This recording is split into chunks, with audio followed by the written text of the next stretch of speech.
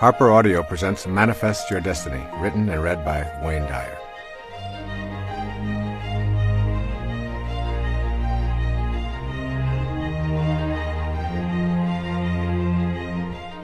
I would like to begin this program with two quotations from the New Testament, the book of John.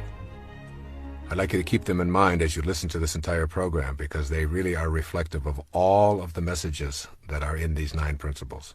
The first is from John 10, verse 34. Is it not written in your law, I have said, you are gods? And then from John 14, verse 20, on that day you will know that I am in my Father, and you in me, and I in you. You have the power within you to attract to yourself all that you could ever want. This is the central theme of Manifest Your Destiny, which is unlike any book or program that I have ever previously produced.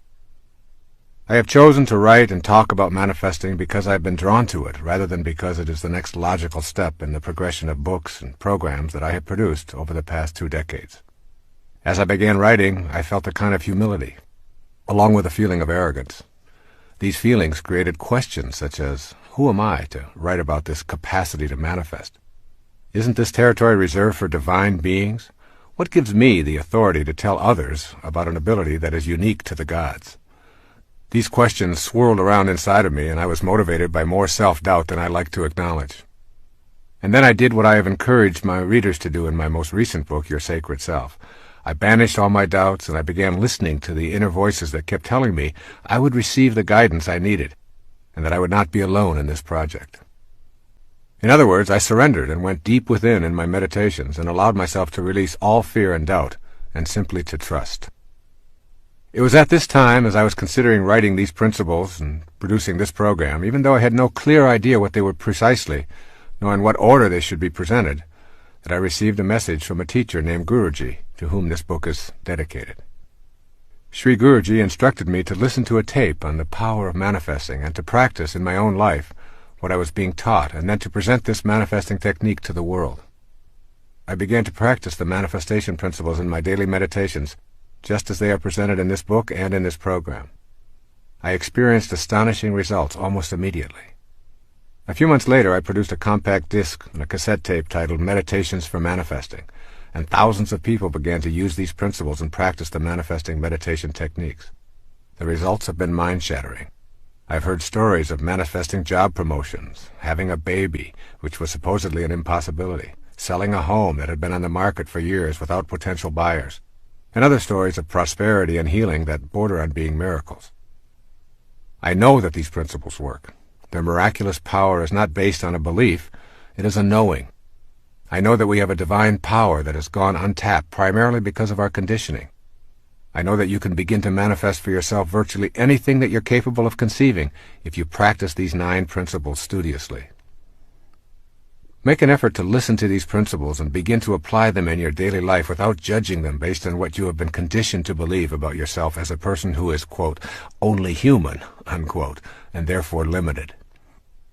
What you desire is of central importance, though you may never before have even thought of desire and higher spiritual awareness as compatible concepts. Yet the process of creating begins first with a desire. Your desires, cultivated as seeds of potential on the path of spiritual awareness, can blossom in the form of the freedom to have these desires in peace and harmony with your world. Giving yourself permission to explore this path is allowing yourself the freedom to use your mind to create the precise material world that matches your inner world. That inner world is the catalyst for determining your physical world experiences. You will have to abandon the idea that you are powerless over the circumstances of your life.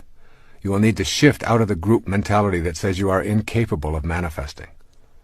Examine the pressures and beliefs which reflect the thinking of your immediate family, your extended family, your community, your religious groupings, your ethnic grouping, your educational business groupings, or any of a multitude of specialized units of people.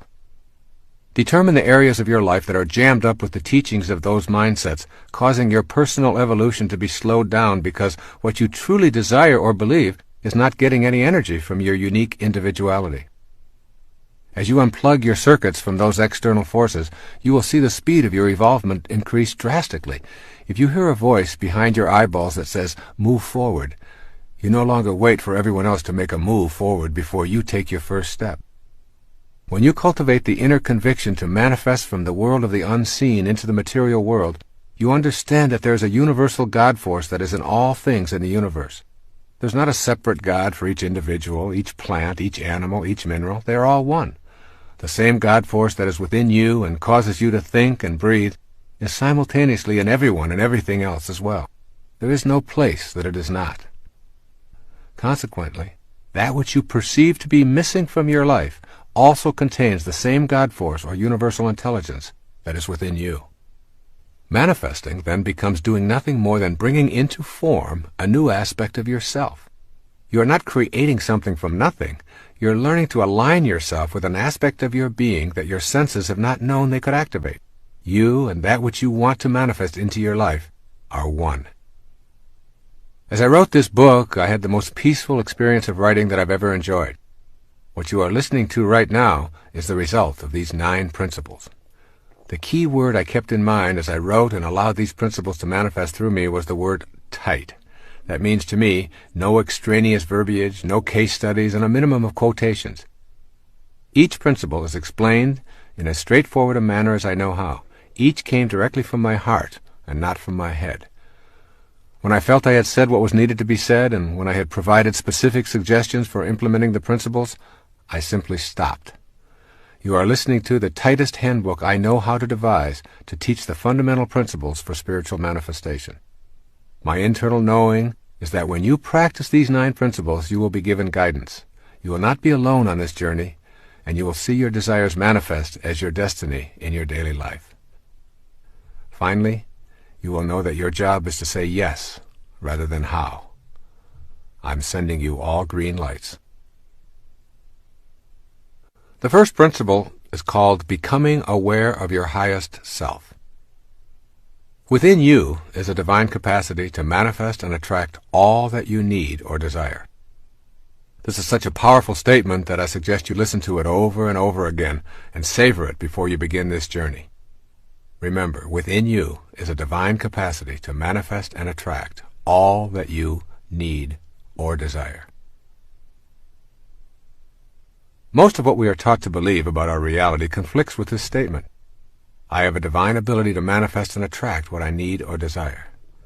Becoming aware of your highest self does not happen through physical effort, nor can one rely solely upon supernatural techniques. What is essential is that you learn that you are both a physical body in a material world and a non-physical being who can gain access to a higher level.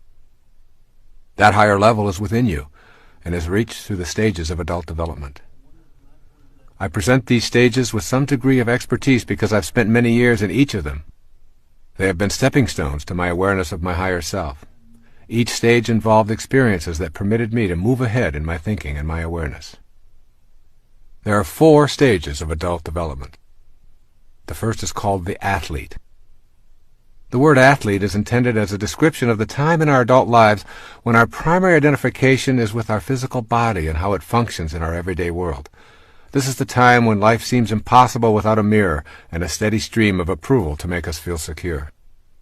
The stage of the athlete is the time in our adult development when we are almost completely identified with our performance, attractiveness, and achievements.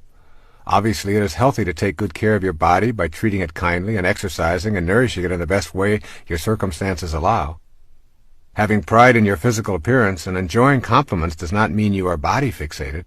However, if your daily activities revolve around a predetermined standard of performance and appearance, you are in the stage that I am calling here the athlete. The second stage is identified by the word the warrior. When we leave the athlete stage behind, we generally enter the stage of the warrior. This is the time when the ego dominates our lives and we feel compelled to conquer the world to demonstrate our superiority. My definition of ego is the idea that we have of ourselves as important and separate from everyone else. The ego-driven warrior objective is to subdue and defeat others in a race for the number 1 spot. During this stage, we are busy with goals and achievements in competition with others. This ego-dominated stage is full of anxiety and endless comparison of our successes. Trophies, awards, titles, and the accumulation of material objects record our achievements. The warrior is intensely concerned with the future and who might be in his way or interfere with his status. The third stage is identified by the term the statesperson. The statesperson stage of life is the time when we have tamed our ego and shifted our awareness. In this stage, we want to know what is important to the other person. We've begun to know that our primary purpose is to give rather than to get. The statesperson is still an achiever and quite often athletic. However, the inner drive is to serve others. Authentic freedom cannot be experienced until one learns to tame the ego and move out of self-absorption. When you can let go of your own thoughts about yourself and not think of you for a long period of time, that is when you become free. The statesperson stage of adulthood is about service and gratefulness for all that shows up in your life. At this level, you're very close to your highest self. The primary force in your life is no longer the desire to be the most powerful and attractive or to dominate and conquer. You have entered the realm of inner peace. It is always in the service of others, regardless of what you do or what your interests are, that you find the bliss you're seeking. There is one stage even higher than the statesperson, and this can be described by the word the spirit. When you enter this highest stage of life, regardless of your age or position, you recognize your truest essence, the highest self. When you know your highest self, you're on the way to becoming a co-creator of your entire world, learning to manage the circumstances of your life and participating with assurance in the act of creation. You become literally a manifester. The spirit stage of life is characterized by an awareness that this place called Earth is not your home. You know that you're not an athlete, a warrior, or even a statesperson, but that you are an infinite, limitless, immortal, universal, and eternal energy temporarily residing in a body. You know that nothing dies, and that everything is an energy that is constantly changing. This inner infinite energy is not just in you, it is in all things and all people who are alive now and have ever lived. You begin to know this intimately. When you reach this level, you're in the space I think of as being in this world, but not of this world. Most people think of the spiritual world as a future occurrence that they will know after death. Most of us have been taught that the highest self is something that you cannot know as long as you're trapped in a body. However, the spirit is now. It is in you in this moment, and the energy is not something that you will ultimately come to know, but is what you are here and now. The unseen energy that was once in Shakespeare or Picasso or Galileo or any human form is also available to all of us. That is because the spirit energy does not die, it simply changes form. It can't die because it has no boundaries, no beginnings, no ends, no physical characteristic that we call form. That energy is within you. Gaining the awareness that you have a higher self that is universal and eternal will lead you to gaining access to the world more freely and to participating in the act of creation or manifesting your heart's desire. There is something called the seen and the unseen. Consider for a moment the world of form that you see around you, including your body. Who is that invisible I inside all of the tubes and bones and arteries and skin that are your physical form? To know yourself authentically, you must understand that everything that you notice around you was and is caused by something in the world of the unseen. That something is the world of the spirit. When you look at a giant oak tree, ask yourself what caused that tree to become what it is. It started from a tiny acorn. Your logical, rational mind says that there must be something resembling treeness within that acorn. But when you open the acorn, you find nothing resembling a tree. All you find is a mass of brown stuff. If you further examine the brown stuff, you will discover distinctly acornish molecules, then atoms and electrons, then subatomic particles, until finally you find that there are no particles, only waves of energy that mysteriously come and go. Your conclusion will be that the acorn and the tree itself have a creator that is unseen, immeasurable, and called by those of us who need to classify such things the spirit or soul. This unseen world that is the source of the world of the seen is also the cause of you. In the beginning is energy, energy that has no dimensions, energy that is not in the visible world. This is our original self. It is potentiality, not an object, a future pull, if you will. It is this world of the unseen that I would like you to consider as you listen to these words. Look around you now at the world of form. Then look within and realize that the world began in the unseen dimension. Then make the big leap to the awareness that you are both of these worlds simultaneously. You are not separate from the world of the unseen, any more than you could be separate from the world of the seen. You are a combination of both at all moments of your life. The problem that faces most of us in becoming manifestors and learning to manage the circumstances of our lives is that we have forfeited our ability to oscillate between the world of form and that unseen world. Have you been taught that the Creator is something outside yourself? If so, your inner world, the world of the unseen, is full of notions that prohibit you from participating in the creative process. When you overcome these notions, your unseen self will be your ticket to creation in your life. What you want to practice here really is transcending your conditioning. Whether you like it or not, all of us have been conditioned to think and act in ways that have become automatic. We need to figure out how to get past this conditioning if we want to gain access to our highest self. You can be sure the ego will not take well to this kind of an effort. Asking the ego to help diminish its own significance so that you might have access to your higher self is akin to attempting to stand on your own shoulders. Ego is as unable to move aside in deference to spirit as is your eye able to see itself, or the tip of your tongue able to touch the tip of your tongue. Your task thus becomes a quagmire of paradoxes. If you rely upon your ego to get past the influences of the ego, it will only strengthen its hold on you. You must figure out how to emancipate consciousness from the limitations of your mind and your body. In the ego state, you generally experience yourself as a separate entity. To move past this conditioning, you want to begin to see yourself as humanity rather than as a separate form in a body. Very simply put, if you feel that you are disconnected from the rest of humanity and truly a separate entity needing to prove yourself and compete with others, you will be unable to manifest your heart's desire. If you are able to see yourself as a part of what you desire, you will have transcended the conditioning of your ego and of all the other egos who have contributed to this process in your life. Here are a few of the conditioned thoughts that keep your ego in charge of your life and prevent you from materializing what you desire and what desires you. The first is called, I am not in charge of my life. That force is outside me. You can change this perception. Turn your attention away from the ego-dominated thoughts about the circumstances of your life to the present moment. By consciously noticing your breath, the sounds, textures, smells, and scenes that the life force is experiencing through you. A second conditioned thought says, people cannot manifest. It is all a function of the cosmic throw of the dice. It's all just luck. Well, blaming luck or some external invisible force that controls the universe is a habit of conditioning that leads to disempowerment and ultimately to defeat. You are the universe. It is not something outside you. You are that force which is in everything, even the things that have previously failed to show up in your life. Remember, as you think, so shall you be. If you think you can't, you're right, and that is precisely what you will see showing up in your life. A third conditioned response, or thought. I have tried before and it's never worked for me. Here the conditioned response is believing that once having tried and failed, further efforts will yield the same results. Let go of your obsession with the past and with trying, and instead remain relaxed and casual in the moment. Your past is an illusion. It is the trail that is left behind you, and a trail behind you cannot drive you today, regardless of what you choose to believe. All you have is now, and you have never tried anything. A fourth conditioned thought. Only highly evolved beings can manifest.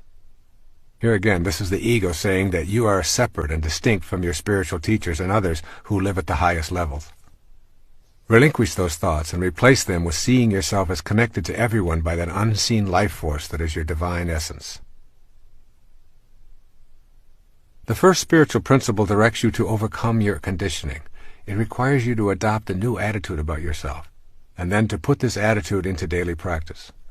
I am encouraging you to know the highest self rather than read about it, to know it in the deepest reaches of your being, and then to never doubt it again. I encourage you to follow these suggestions for developing the first principle as a permanent part of your total awareness. The first suggestion. Think of this definition of enlightenment: to be immersed in and surrounded by peace. Your highest self only wants you to be at peace. It does not judge, it doesn't compare or demand that you defeat anyone or be better than anyone. You know your highest self by listening to the voice that only wants you to be at peace. That's what enlightenment is. A second suggestion: go beyond the restrictions of the physical plane. The purpose of the highest self is to assist you in this effort. You do this by creating an inner sanctuary that is yours and yours alone. Go to this silent inner retreat as often as you can, and let go of all attachments to the external world of the ego. As you go to this sanctuary, a light will be born within you that you will come to know and respect. This light is your connection to the energy of manifestation. Here's a third suggestion: refuse to defend yourself to anyone or anything on the earth plane. This is the challenge of the highest self. Use your inner light for your alignment and allow those who disagree with that perspective to have their own points of view. You are at peace. You never explain, and you refuse to flaunt your energy. You know, and that is enough for you. And here's a fourth and final suggestion: surrender and trust in the wisdom that created you. This trust is your corner of freedom, and it will always be yours. Your highest self is not just an idea that sounds lofty and spiritual. It is a way of being. It is the very first principle that you must come to understand and embrace as you move toward attracting to you that which you want and need for this parenthesis in eternity that you know as your life. The second principle is called trusting yourself, is trusting the wisdom that created you. Learning to trust may be difficult in the beginning. It will be an exercise in futility if you rely upon your mind to create trust. The mind attempts to come up with intellectual answers by using proofs, logic, and theoretical reasoning. In contrast, the method of the heart, focused on spiritual understanding, is an intuitive recognition of the value of love. The heart trusts the inner wisdom that it feels and spontaneously knows, whereas the mind demands scientific evidence before it will trust. When the mind seeks corroboration through specific proofs as an aid to spiritual understanding, it is encroaching into an area far more suited to the heart. For this reason, it is necessary to trust what the heart knows. Without total trust, it is impossible to know the miracles of the higher self and become a manifester. This means cultivating a harmony between mind and heart, and for most of us this means terminating the intellect's domination. It is with this surrendering process that trust begins to flourish, replacing doubt. Here are two theories describing our place in nature. I think you will agree that the first theory illuminates why mistrust of ourselves and our divine abilities is so deeply rooted. The first theory is called nature as a mechanism. In this mechanistic view of nature, everything is an artifact made by a boss who has many different names. In the Western view, the boss is called God. This God is often depicted as a white-bearded male who roams around the sky creating the natural world. The world is a construct and God the constructor. This biblical God is paternal, authoritarian, beneficent, and, in many ways, tyrannical. He keeps track of all things and knows precisely what everyone does and when his laws are being broken. One of the operatives of this theory of nature is the idea of punishment for one's sins. This God-Father or Godfather holds us accountable for transgressions. All subjects are considered born with a stain of sin as a part of their nature and are therefore untrustworthy. This makes many people feel estranged. Once convinced that you are untrustworthy and basically a sinner, you're quite lost. You cannot even maintain trust in God because of the basic mistrust of yourself, and not trusting in that God may be breaking one of his own laws. It's a no-win situation. This theory of nature is absolutely incompatible with the second principle of manifesting. You cannot tune into the power and energy of the universe to create and attract an abundant life if that energy and power is outside of yourself. There's a second theory of nature that I call nature as spontaneous and non-judging. In this spontaneous view, God is universal intelligence flowing through everything. Nature is an unforced unfolding of life forms, and there is no boss. Rather than learning to manage and control the natural world, the impulse is to trust it. Human beings are an aspect of this God and are, therefore, carriers of divinity.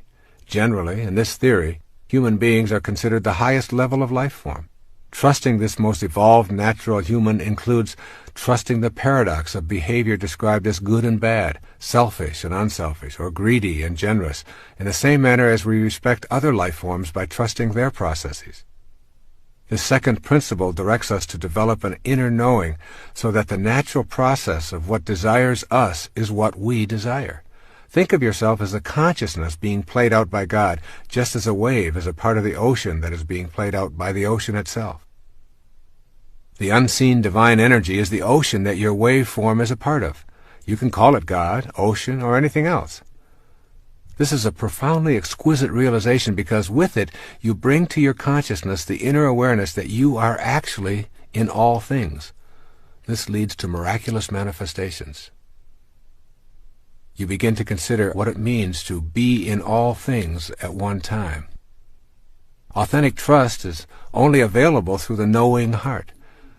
When you enter this trusting space, everything will come to you that belongs to you because you've created the inner capacity to receive it. The irony is that what you wish to receive is a part of you. This can be a troublesome concept to grasp because of the ego's attachment to being separate and special. Nothing in your rational mind could convince you that water is made of 2 parts hydrogen and 1 part oxygen. It appears to be a fluid that flows and has nothing to do with gases. But when we subject water to scrutiny, its constituent elements become manifest. And so it is with the idea of being in all things at once. If you truly trust in this notion, you realize that everything that you perceive as missing in your life is a part of the same energy that you are. Manifesting becomes the art of bringing to yourself that which is already you. I have deliberately chosen not to use many quotations in this program. But I want to emphasize that every spiritual master and all of the saints and teachers and gurus or priests throughout history have espoused similar advice. This perennial philosophy connects all humanity from tribal and ancient to civilized and present times. It is the message that God is within and outside every living thing, and that there is a world we are a part of that is not subject to the changing world of time and space that we presently are a part of. Since it is everywhere, it is not only within you, it is you. The meaning of this is that God is not to be found so much as discovered within yourself. The statement, "Thou art the path," is more than an ecclesiastical admonition. It is a statement of your reality. And then you must consider prayer and what it means to understand this concept of trust. In the matter of prayer, it seems that we often view God as a gigantic vending machine in the sky who's going to grant us our wishes when we put in the proper tokens in the form of prayers. We expect to insert prayers, then pull on the knob and hope that God will dispense the goodies. The God vending machine becomes the object of our veneration. We tell the machine how good it is and how much we worship it and expect it to be good to us in return. The basic premise here is that God is outside us, and therefore what we need and want is also outside of us. If we believe that we are separate from God, the vending machine approach to prayer reinforces and deepens that belief. I prefer to promote the idea of prayer in its essence as a communion with God. What we seek in prayer is the experience of coexisting with God. Prayer is our communication of readiness for the desires of this sacred energy to manifest through our human form. Therefore, the true experience of God does not change or alter God, but it changes us. It heals our sense of separation. If we are not changed by prayer, we have denied ourselves the opportunity to know the wisdom that created us.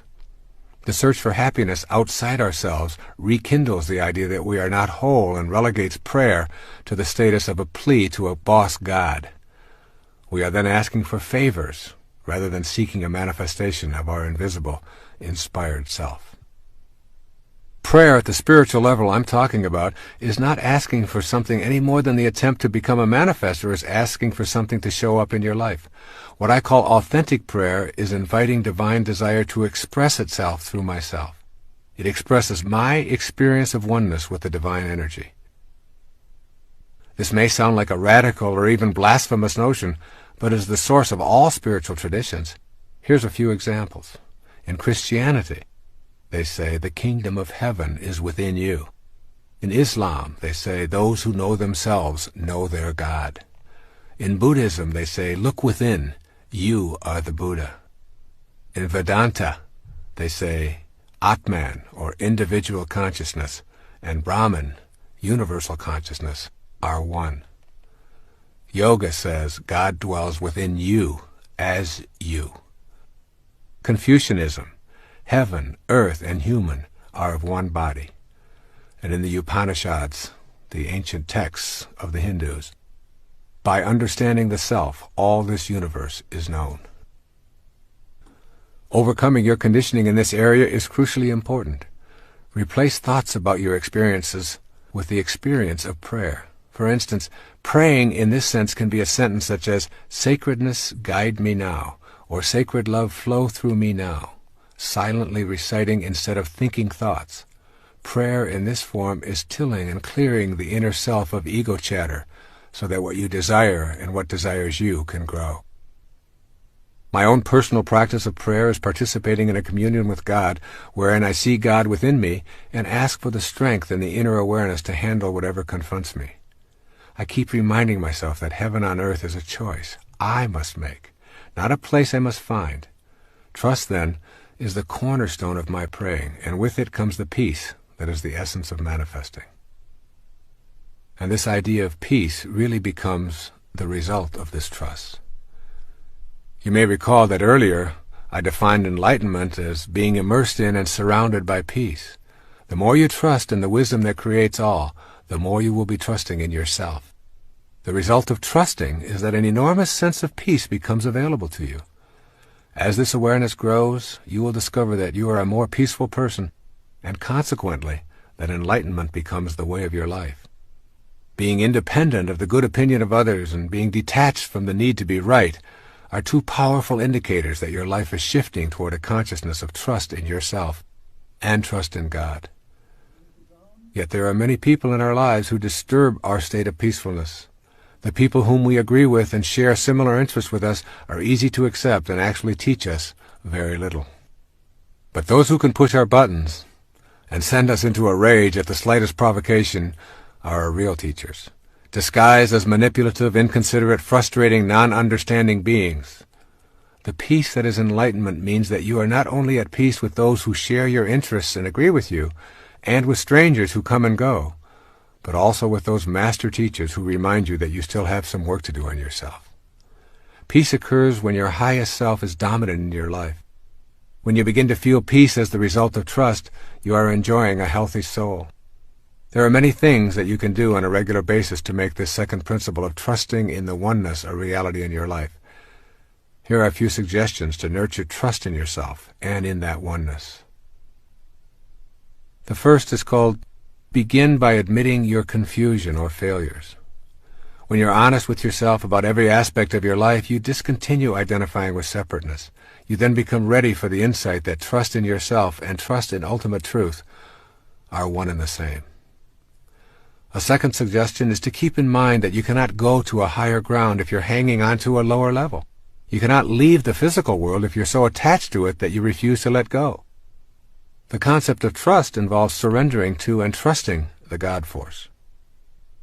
The third suggestion is to acquire a rebellious attitude toward the philosophy that preaches a style of God as boss, who is authoritarian and a benevolent tyrant.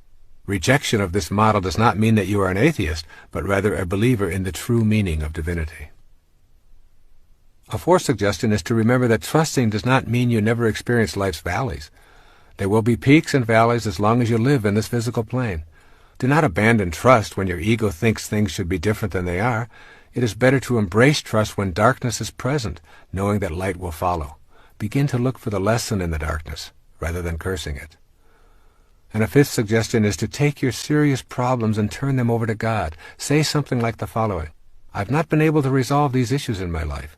I would like to show my trust in the divine force by simply turning them over to your divine hands, which I know are also mine, and I trust that this action will lead to a resolution of these problems.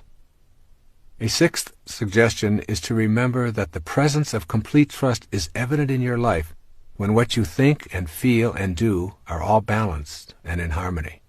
To say, I believe in a healthy body, and to practice eating in unhealthy ways dissolves trust in yourself. When you are incongruent with your thoughts, you are showing a lack of trust in the divinity that is your essence. And finally, a seventh suggestion, begin a meditation practice of contemplating the supreme principle that is beyond the pettiness of this world. Meditation is not merely making the mind think that it is meditating. Meditation is literally the embodiment of truth and trust. It is knowing that I can confront myself in a spirit of serenity, and that what I seek will be attracted to me. This, then, is the energy of manifesting, and it comes most frequently when the mind is quiet. It is the quiet mind that comes in contact with the truth. This process of closing my eyes and becoming serene gives me the ability to tap into that source of inspiration. Inspiration, the very word comes from in spirit. This second principle of manifesting leads us to a higher place within ourself. You will be a silent sage, moving through this material plane, knowing that you have tapped into a source of inspiration that provides you with all the sustenance you need. Indeed, you will begin to see how this earth plane is really a very big part of you, more so than you might ever have imagined. And this then becomes the subject for the third principle of manifesting. This third principle of manifesting is called, you are not an organism in an environment. You are an environed organism. One of the reasons the idea of being able to manifest is so foreign to most of us is because we have been brought up to believe that as individuals we are separate from our environment. We think it is our role to dominate it. Armed with this kind of logic, we are diminished in our ability to sense our connection to the environment. This third principle of manifesting begins with the understanding that it is absolutely impossible to describe ourselves as separate from our environment. I am coining a new word for the purpose of articulating this principle. Consider yourself an environed organism. This word signifies that there is absolutely no difference between you and your environment. You are your environment, and even more significantly for the purposes of this tape, your environment is you.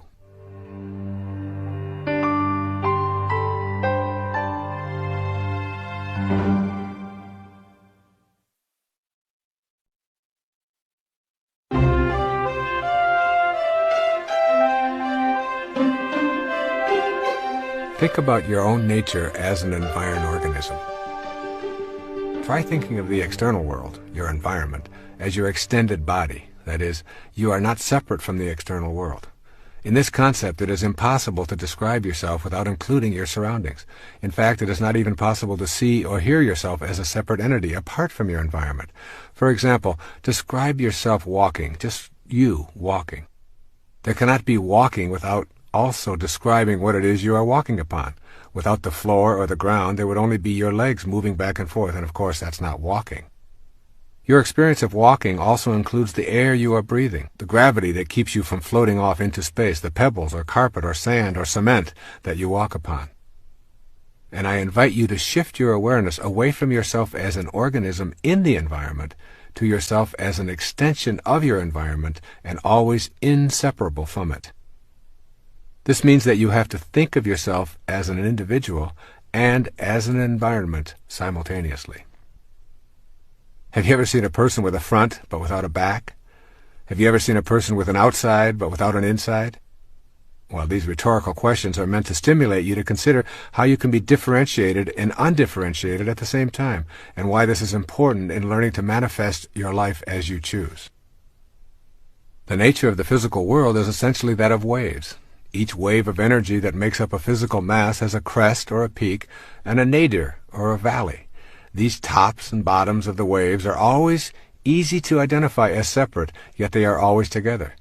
You can never ever get a bucket full of peaks and observe them independent of their corresponding valleys. This is the fundamental feature of nature. Your front always has a back, your inside always has an outside. And now you must extend this understanding outward as well. You are distinct, just like the tops of the waves that make up your natural physical self, but you are irrevocably connected to the outer world, just as that bottom of the wave always has a top. When you begin to see this simple truth, mystical experiences of manifesting also open up to you as a genuine possibility. You see, you're either pushing nature around, or you're seeing it as yourself, one or the other. When we think of ourselves as distinct from our environment, we take on a posture of exercising control over it. We destroy forests and swamps and mountains and rivers and wildlife or anything else that obstructs profit and convenience, or for something we call advancing civilization. We defend these activities without understanding that we are also destroying ourselves. As we have seen, we cannot be described independent of our environment any more than our outside can be described without our inside. When we can respect that which appears to be external to us, we will build to live in harmony with, rather than in control over, our environment. In our personal lives, recognizing nature as ourselves opens up an entirely new world of manifestation. Your new faith will no longer permit you to see anything as separate. The separateness will always be there, just as the peak of the wave is separate from the trough. But they remain inseparable, even while separate. You will have fused the dichotomy that prevents you from putting this connective energy to work. You will begin to view yourself as an organic part of this world, rather than as a separate entity in this world. And then you'll see yourself as an organic part of this world. There's a popular belief that we come into this world. Thus we are continuously embracing the idea that who we are and where we come from are two different worlds. The essence of the third spiritual principle for manifesting your destiny is that there is no separation, and rather than coming into this world as a construction project, you actually grow out of it. You are a result of what the universe is doing on a conscious level, just as a wave is what the ocean is doing, and a plum is what the plum tree is doing. The intelligence that is you, unseen as it may be, is you in every stage of your creation and life experience, and it is also the same in every other person, as well as in all things in our physical world. Notice that everyone breathes the same air, walks on the same ground, and thinks as an organism just like you. You are indeed connected to all of these beings. It is not an accident that someone living in a distant country with different outward physical characteristics and a separate language could die and donate their liver or kidney or cornea to you, and it would accommodate the life force flowing in you. A profoundly important Native American saying is, "No tree has branches so foolish as to fight among themselves." Imagine the result of such behavior by the tree. The tree and all of its parts would die from such an absurdity. Yet that is precisely what we do when we see ourselves as divided from all of the other people who are being peopled from the same divine intelligence. When you know that you grow out of this world just as an apple does from an apple tree, then you identify with the spiritual essence. It is in identification with this inner essence that you make your connection to everything else. And it is with this connection that you begin to attract your desires to your physical world. I want you to gain a clear sense of how you are actually growing out of this world. You are not a momentary flash of embodied consciousness between two eternal blacknesses. You are an essence that is eternally growing in this world, a world in which the spirit and the manifestation of that spirit appear to be different to the senses, and indeed they are, but they are also connected. This awareness is crucial as you proceed along the manifesting path. That power is in you, but it's not yours alone. The power and the magic of this world cannot be reserved for the exclusive use of anyone, including you. It is available at all times. However, it does not belong to anyone. What you are doing as an environ organism is making contact with an energy that is beyond the dualism of the earth plane, and yet is connected to it at the same time, separate but distinct. You are a holistic being with both non-dualistic energy and the energy of the physical plane at your disposal. As a holistic being, you shatter the illusion of your separateness and reveal your connection to everything. This empowers you in a way that the ego-driven self could never contemplate. One of the ways to understand this is to see yourself as a hologram. A hologram is a three-dimensional photographic image obtained with laser beams. The unique thing about a hologram is that one small segment contains the entire picture. When one tiny piece of the hologram is broken off and projected, it shows an image of the entire object. The hologram is a perfect representation for you as an environ organism. Your environment includes everyone alive and dead, and you can draw their energy to you because, from a hologrammatic viewpoint, they are you. You are one little physical image that reflects all of humanity when projected spiritually upon the cosmic screen. Each and every one of us is the whole of humanity. You cannot escape this conclusion. Human beings are the same everywhere. We share the emotions of fear, love, hate, and jealousy. We also share our life-giving blood, intermingling it for the survival of those who need it, and we have the same internal organs and thoughts. When you perceive yourself in the hologram that is humanity, you connect on an energy level to everyone else in your environment. An environed organism most truly is a reflection of it all, and this energy that you share is shared by all. This awareness gives you the option to tap into this universal energy anywhere, at any time, by metaphorically projecting yourself to reflect the whole. When you can do this without doubt or reservation, you can literally see how your inner thoughts and desires are not only within you, but are within the whole of humanity, which is abundantly boundless. As an environed organism, you are a single individual who is only a part of the picture at the same time that you contain the whole panorama. Moreover, the content of your consciousness is also hologrammatic in nature. Consciousness is the mental condition of being aware. The power of your thoughts in this hologrammatic view can be projected in such a way as to connect to all of humanity. Your thoughts are, literally, connected to the thoughts of everyone else, as are your emotions, your desires, your total inner world. You can learn to use this connection to nurture your own divinity, and therefore, by definition, the divinity of all of humanity. The nature of a hologram and the nature of you as an environed organism are one and the same. The Bhagavad Gita, the holy book of the Hindus, summarizes the point of view as profoundly as I've ever heard. Listen to these words. He who sees that the Lord of all is ever the same in all that is, immortal in the field of mortality, he sees the truth. And when a man sees that the God in himself is the same God in all that is, he hurts not himself by hurting others. Then he goes, indeed, to the highest path. The key phrase in this profound passage is, in all that is. This includes you and me and everything that is. It is you. You are not separate from it. Here are a few suggestions for beginning to implement this principle, this third principle of manifesting, which says that you are not separate from your environment. First, make a conscious effort to check yourself when you begin to think in ways that reflect separateness. Imagine yourself as a part of all that you see, and make an internal attempt to project the energy of your thoughts into all that is alive on the planet. This inner practice will help you to embrace the concept of you as an environed organism rather than an organism in an environment. Secondly, contemplate the energy that is your life force. Forget about your body and your thoughts and focus attention on your energy, which is also known as chi or prana. See if you can sense it objectively, and also try to do the same thing with the energy of someone close to you. Watch that person and forget about their body. Center your attention on the idea that you share the same energy, and so you are the same person at that energy level. Thirdly, trust in the wisdom of your feelings. If you feel it, it is true for you. When you trust your feelings, you trust the energy that is the life force of the universe. And fourth, practice being gentle, respectful, and loving toward the life force in all things. In other words, behave as if the God in all life really mattered. The energy of love is sent out into the universe and connects with the same loving essence that is in all things.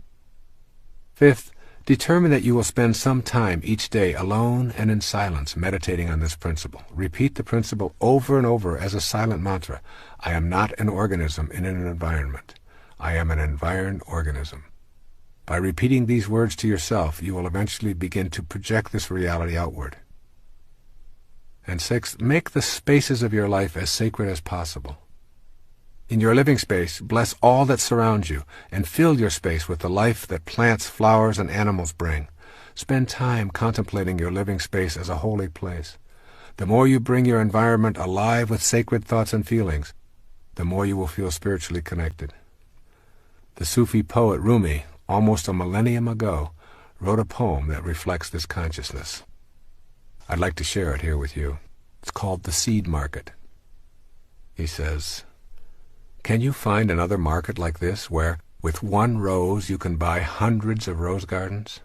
Where for one seed you get a whole wilderness? For one weak breath, the divine wind? You've been fearful of being absorbed in the ground or drawn up by the air. Now your water bead lets go and drops into the ocean where it came from. It no longer has the form it had, but it's still water. The essence is the same.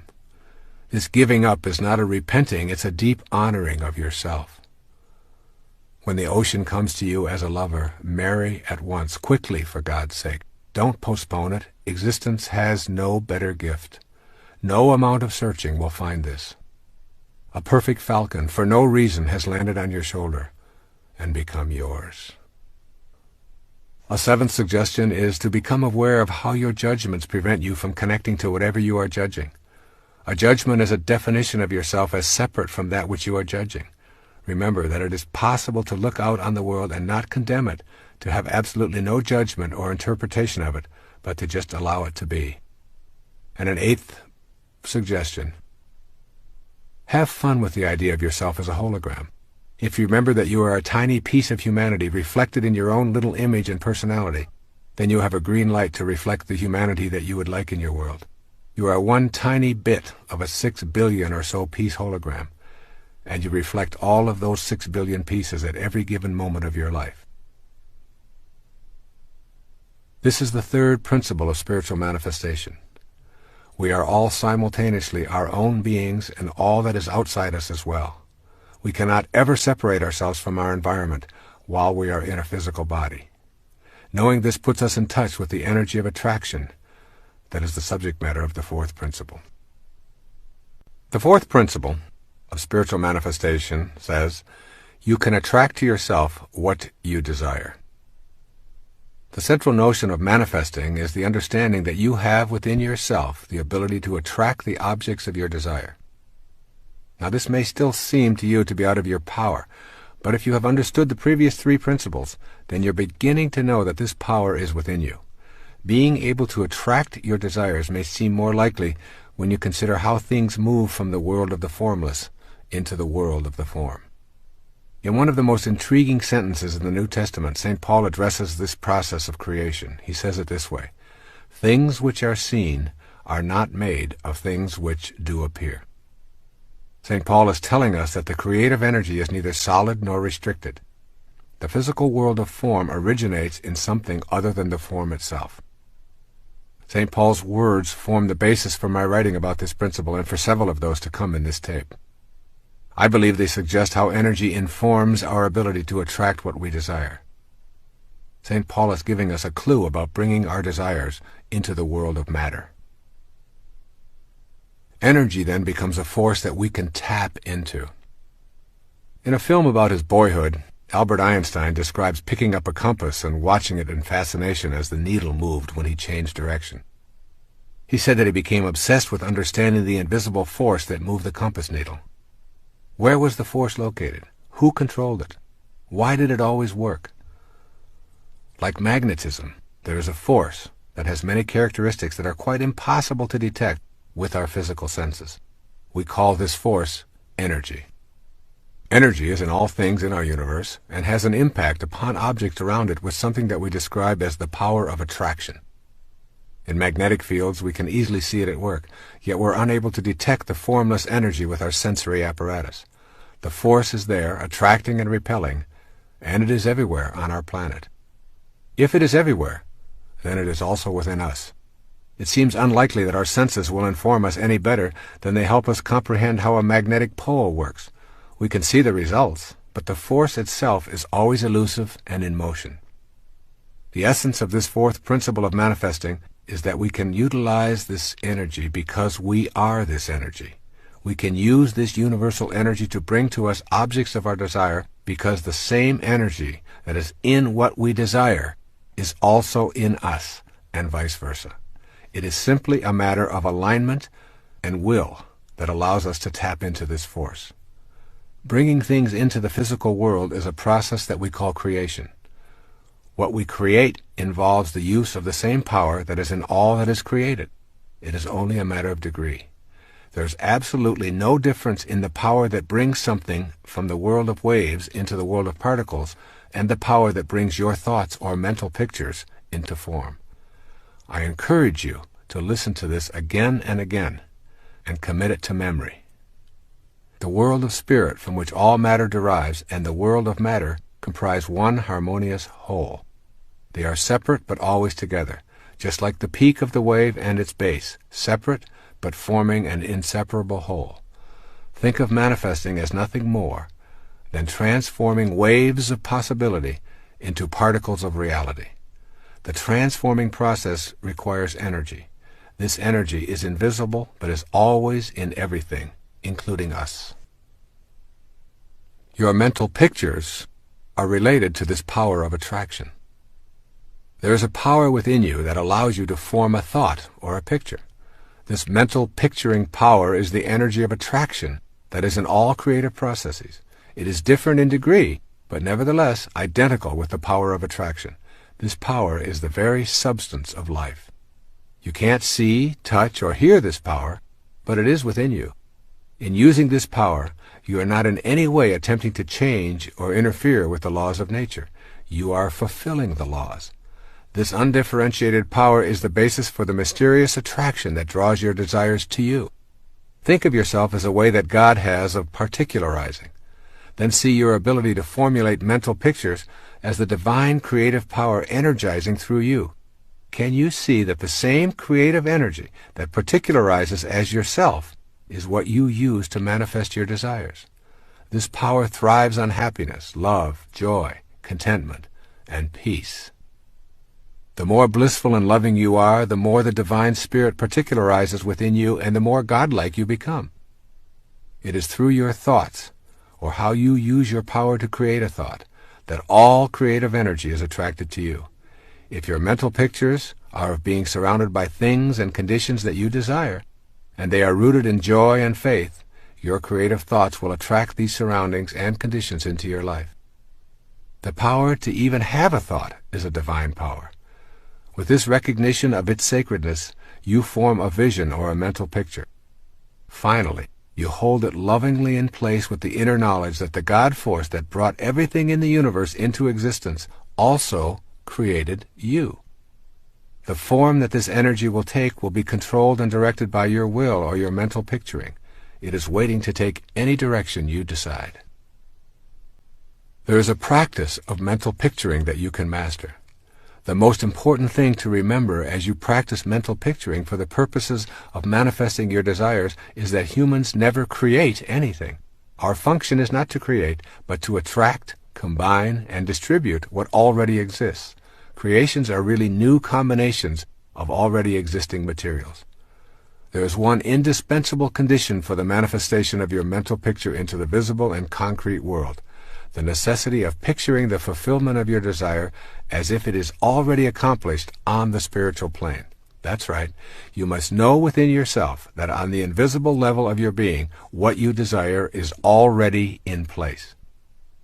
You impress upon the universal mind the object of your desire, and you calmly and knowingly proceed to act upon that picture, allowing the greater intelligence, and your own, which is a part of that greater intelligence, to work through you to produce the results. You abandon all fear and return to the affairs of your life, assured that the necessary conditions will soon come into view or are already there. The key is to repeat the mental pictures until the truth of what you are affirming resonates within you without an ounce of doubt. And there will be times when it appears that it isn't working. If your picture doesn't manifest in the time span that you've designated, relax and retreat to your knowing that it is already in place in the spiritual realm. Time is simply not a recognizing feature of the all-creating wisdom. However, you will find it impossible to manifest if you are visualizing without an authentic will that is sufficiently steady to overcome any contrary idea or lack of faith in your own divine connection to God. And here we must talk about the value of secrecy. When we speak to others about our efforts to manifest, our power is weakened.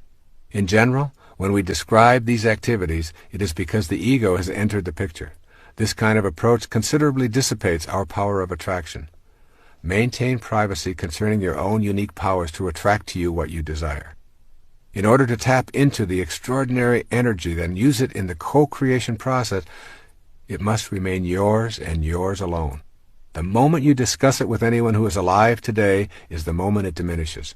The higher energy, which is infinite, must create its own vehicle for manifesting, and it does so in the privacy of those vehicles.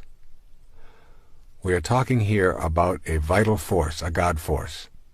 Let's look at the nature of this vital force. It's difficult to comprehend a force that we cannot see, or touch, or hear, or smell, and still Know that it exists. It is similar to electricity. You plug in your appliance and you cannot see, touch, smell, or hear anything happening, but your electric hairdryer responds when you press the on switch. This is a good way to think of the vital force that is the all-creating God force as well. It is invisible, electrical in nature, always flowing, and always attracted to that which plugs into its source. A second characteristic of the life force energy is that it is always expanding, and it is unlimited in supply. The nature of the universe is abundance. It goes on beyond our concepts of beginnings and endings and boundaries. When we think we have it categorized and locked into a time-space boundary, it expands beyond our awareness, almost as if it must move further away from observation. You are an aspect of that force, and therefore you, too, are flowing, ever-expanding, and unlimited. It is your nature to be able to attract, to expand, to be unlimited. This force is in you, and this force is outside you. This force is you. By knowing the nature of this force and seeing yourself as a divine expression of it, and by going within to the power that permits you to picture a desire, and then tapping that power with a private, loving, cheerful knowing, you are on your way to using this vital force in ways that were unavailable to you with your conditioned view of yourself. Let's look at some ideas for putting this principle into work in your life. When first arising in the morning, take a few moments to be alone and ask yourself, how did the conditions of my life that I would like to change first come about? How can I facilitate making conscious contact with my unlimited, invisible source of energy? You'll soon realize that the conditions of your life have been manifested by you, even though you are not conscious of bringing them about. Your thoughts and mental pictures of lack and scarcity and self-absorption and authoritarianism and illness and guilt and worry, and all of these have been put into the universal spirit and have manifested in your life. You can hasten your conscious contact by radiating a totally new kind of mental picture while applying this fourth principle. And then secondly, explore the possibility that the reason you believe that life is limiting is because you have assumed limitation to be in your life. Does your view of life include the natural creative process reproducing within yourself? Stay in this place within, and you will know conscious contact with the divine, all-creating intelligence. And then thirdly, never limit the spirit in any way. If you experience any kind of friction, know that it is an error in your thinking and picturing. Just continue to tell spirit what you want without telling it how you want it to happen. Then retreat in faith and trust. Fourthly, keep your mental picturing to yourself. What you want to attract is a private matter between you and God. And fifthly, begin to act as if what you would like to attract is already in your life. If you want to create healing, formulate the picture, radiate out that energy to connect with the all-creating energy, be cheerful and trusting in your knowing, share it with no one, and then begin acting in a new, healthy manner. If you want to materialize more prosperity, then start the process of thinking abundantly and acting that way also, giving thanks for all that has manifested into your life. And sixth, I recommend that you browse through Walt Whitman's Leaves of Grass daily. Here's a portion that speaks of our oneness with the divine energy. Listen to Walt Whitman. Athwart the shapeless vastness of space, how should I think, how breathe a single breath, how speak, if, out of myself, I could not launch to those superior universes? Swiftly I shrivel at the thought of God, at nature and its wonders, time and space and death, but that I, turning, call to thee, O soul, thou actual me, thou matest time, smilest contented death, and fillest, swellest full the vastness of space. And so it is with you, no different from Walt Whitman or anyone else in the universe. Here's our fifth principle of manifesting. Honoring your worthiness to receive. In order to become a manifester, literally taking part in the process of co-creating your life and attracting to yourself the objects of your heart's desire, you must know that you are worthy of receiving. This will mean examining the attitudes that you knowingly and unknowingly hold about your life. Your thoughts, which are the architects of the foundation of your material world, are what you want to examine. You can remind yourself all day long that the same power that brought anything into the physical world also brought you. But if you do not feel worthy, you will disrupt the natural flow of energy into your life and create a blockage that makes manifestation impossible. The fifth principle reminds you that you are worthy of abundance. If your thoughts are based on an image of unworthiness for any reason at all, you will manifest what those thoughts impart to the universal mind. The energy described in the fourth principle will align with what it is that you radiate. As a man thinks, so is he, are not just empty words. Thinking that abundance is incompatible with spirituality is a myth that influences many of us and is the largest impediment there is to feeling worthy. What do we mean when we use this word selfish? The myth that abundance and spirituality are incompatible is fueled by thoughts that it is selfish and improper to visualize and desire material things. Let's examine this attitude and determine if you have been influenced into believing it to be your truth.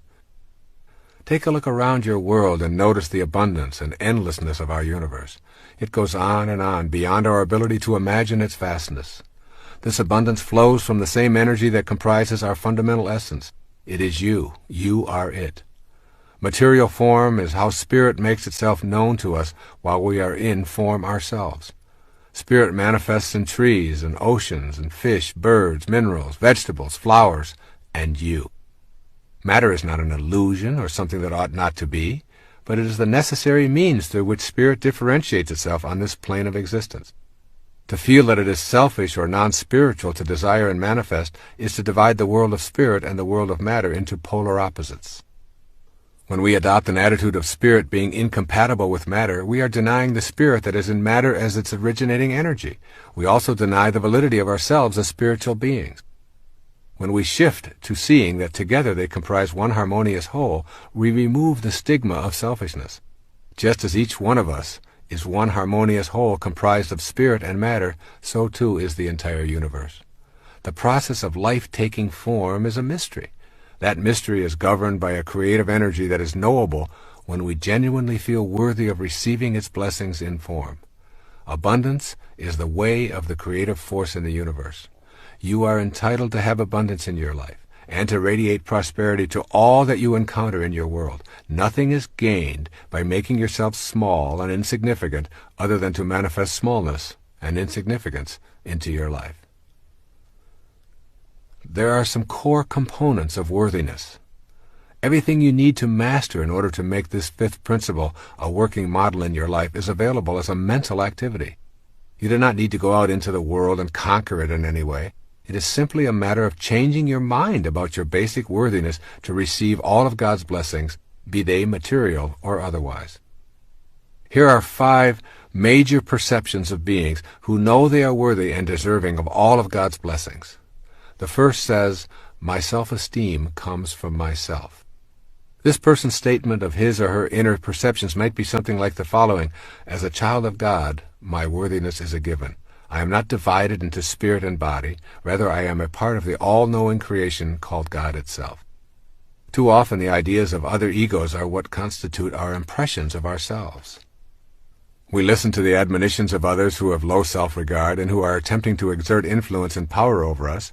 It is beyond the scope of most young children to resist these ideas. But as adults we can look back at this hypothesis and free ourselves from its absurdity. You must know within that you are part of the light that lighteth every man.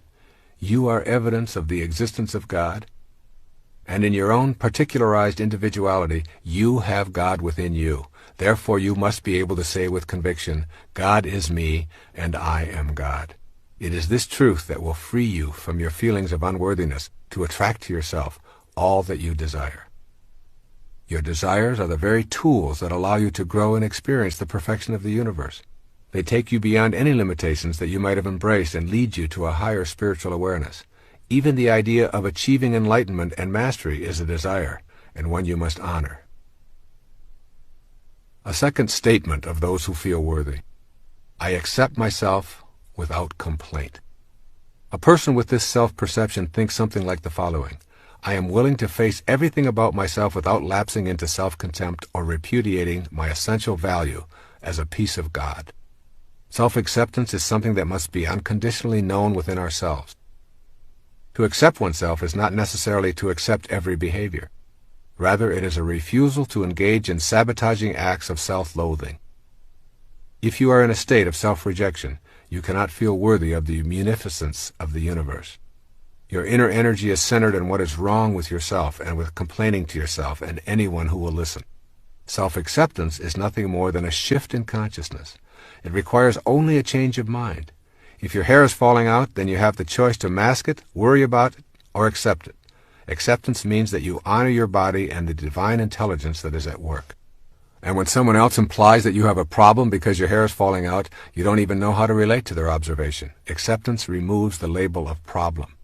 This is not a faked attitude. It is merely removing the ego from your inner assessments, which are centered on the approval of others. With self-acceptance, you are able to honestly say, I am what I am, and I accept it. Once this attitude is firmly in place from a position of self-honesty, your worthiness to receive the gifts of the universe become aligned with that divine power. A third attitude of self-acceptance. I take full responsibility for my life and what it is and is not. To be willing to accept total responsibility for yourself puts you in a position of being worthy of receiving and attracting the objects of your desire. If someone else is responsible for your perceived shortcomings, and you are blaming them for these troubles, then you are also saying that in order to manifest your heart's desire, you need to have the permission of those others. This act of abdicating responsibility destroys your ability to empower yourself to higher levels of awareness. I come from the position that there are absolutely no accidents, and that everything that occurs in my life has a lesson attached to it, and that I brought it into my life. Thus, if I am having a negative thought and at the same moment I bump my head on a cupboard door, I say, what was I thinking at that moment? And I take full responsibility for correcting those negative thoughts and for the bump that reminded me to correct that kind of thinking. This little game serves me in the sense of taking full responsibility for my life and eradicating the inclination to blame other people or circumstances. I trust in this inner knowledge. I rely on seemingly coincidental happenings, and I know that I am responsible for all of it. As this sense of responsibility has grown, I find it impossible to blame anyone for anything in my life. The willingness to be responsible without complaining puts you into the natural flow of all divine energy. With an attitude of self-responsibility, you will notice that the heavens are exceedingly cooperative. A fourth attitude of self-acceptance says, I do not choose to accept guilt into my life. This mindset creates thoughts such as, I will not use up the precious currency of my life, my present moments, immobilized with guilt over what happened in the past. This statement requires you to know the difference between A, genuine regret and learning from the past, and B, remaining in a state of reproach or guilt today.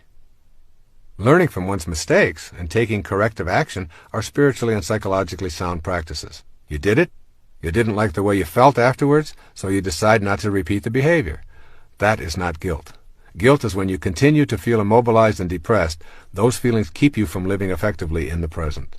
When you are filled with guilt, your energy is awash with anguish and self-reproach. You are so down on yourself that you are feeling unworthy of receiving blessings from the universe or anyone in it. Persistent feelings of guilt will prevent you from manifesting anything worthwhile because you are attracting the very same things that you are putting out to the universe. For example, if you are chronically overweight or addicted, your internal sentence of guilt sounds something like this. I'm really going to love myself when I finally am at a normal weight. Or I will truly value myself as a worthwhile human being when I am finally over this addiction once and for all. These internal sentences need to be shifted to, I love myself while I am overweight. I am not this weight in the first place, and I refuse to think of myself in self-degrading terms regardless of the condition of my body. I am love, and I extend this love to all of me. This same kind of inner programming must take place for addictions or anything else that you feel guilty about. By removing the inclination to wallow in self-reproach, we remove the idea that by suffering in the present moment, we will redeem ourselves and can pay for our sins with guilt. Life doesn't work this way. The solution is in loving yourself and in trusting in God that your shortcomings are nothing more than lessons leading you to a new spiritual level. And finally, a fifth assessment of those who have self-acceptance. I understand the importance of having harmony between my thoughts, my feelings, and my behavior. To the extent that you remain incongruent in any of these three areas of thinking, feeling, or behaving, you will impede the process of heightened awareness and the ability to manifest your heart's desire. This is the last of the 5 points that contribute to your feelings of worthiness about receiving God's munificence into your life. It is also the most significant because it defines your level of integrity. To have thoughts about how you would like to conduct your life, to posit these thoughts as your essential way of being, and then to feel guilty, fearful, anxious, or anything else as a result of not living up to these inner positions, results in addictive, manipulative, and self-defeating behavior. To be congruent, you must be honest about your own thoughts. If you are honest with yourself, you will find that your emotional reactions will be consistent with your inner world. You will feel peaceful and content, and this will be apparent in your behavior. This is true for virtually everything about your life. Your thoughts about health, relationships, prosperity, God, work, recreation, whatever. If these thoughts are rooted in love, and you honestly know that you are here to express love, kindness, and forgiveness toward yourself, toward your work and co-workers, toward the money you receive, toward your spiritual beliefs, then you will be in harmony, and you will welcome the blessings that result from your personal conduct in these matters. However, if you embrace these thoughts yet fail to act on them in the daily working of your life, you will feel incongruent, and consequently, you will not feel that you are deserving of desires being fulfilled. Being eaten up inside, in your own private corner of awareness that is not available to anyone else other than God, you will behave in self-defeating ways that verify your lack of inner congruity.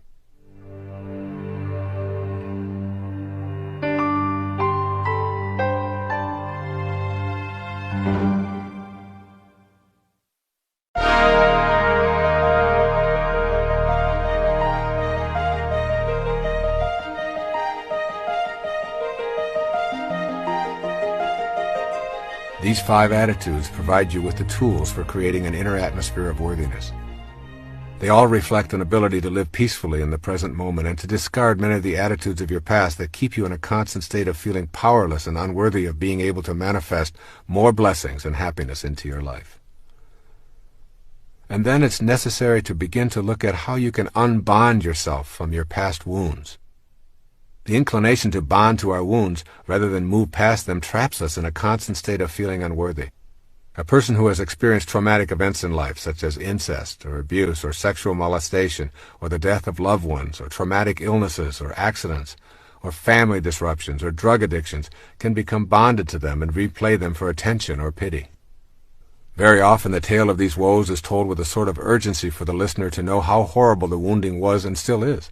The ego uses this energy as a power play in individual and group situations to encourage discussion of one's struggle to survive the wounding. This can keep individuals from advancing spiritually and reinforce the image of themselves as unfortunate. The tendency to bond with the wounds of our lives reminds us of how unworthy we are of receiving anything that we really would like because we remain in a state of suffering. The more these painful stories are recalled and repeated, the more we are guaranteed of not attracting our desires. Notice your body when it is wounded. An open wound actually closes up quite quickly. Just imagine what it would be like if that wound remained open for a long time. It would become infected and ultimately would kill the entire organism. The closing up of a wound and allowing it to heal can work the same way in your inner world of thoughts. When you go backward and continuously relive your pain, including labeling yourself incest survivor, alcoholic, sexual abuse survivor, you do so because of your inner experiences of bitterness. This harvest of bitterness keeps you from feeling worthy. So don't lead with your injuries. Deal with them and ask family and friends to be compassionate while you are grieving or recuperating. Then ask them to kindly remind you when it has taken on the form of a predictable response.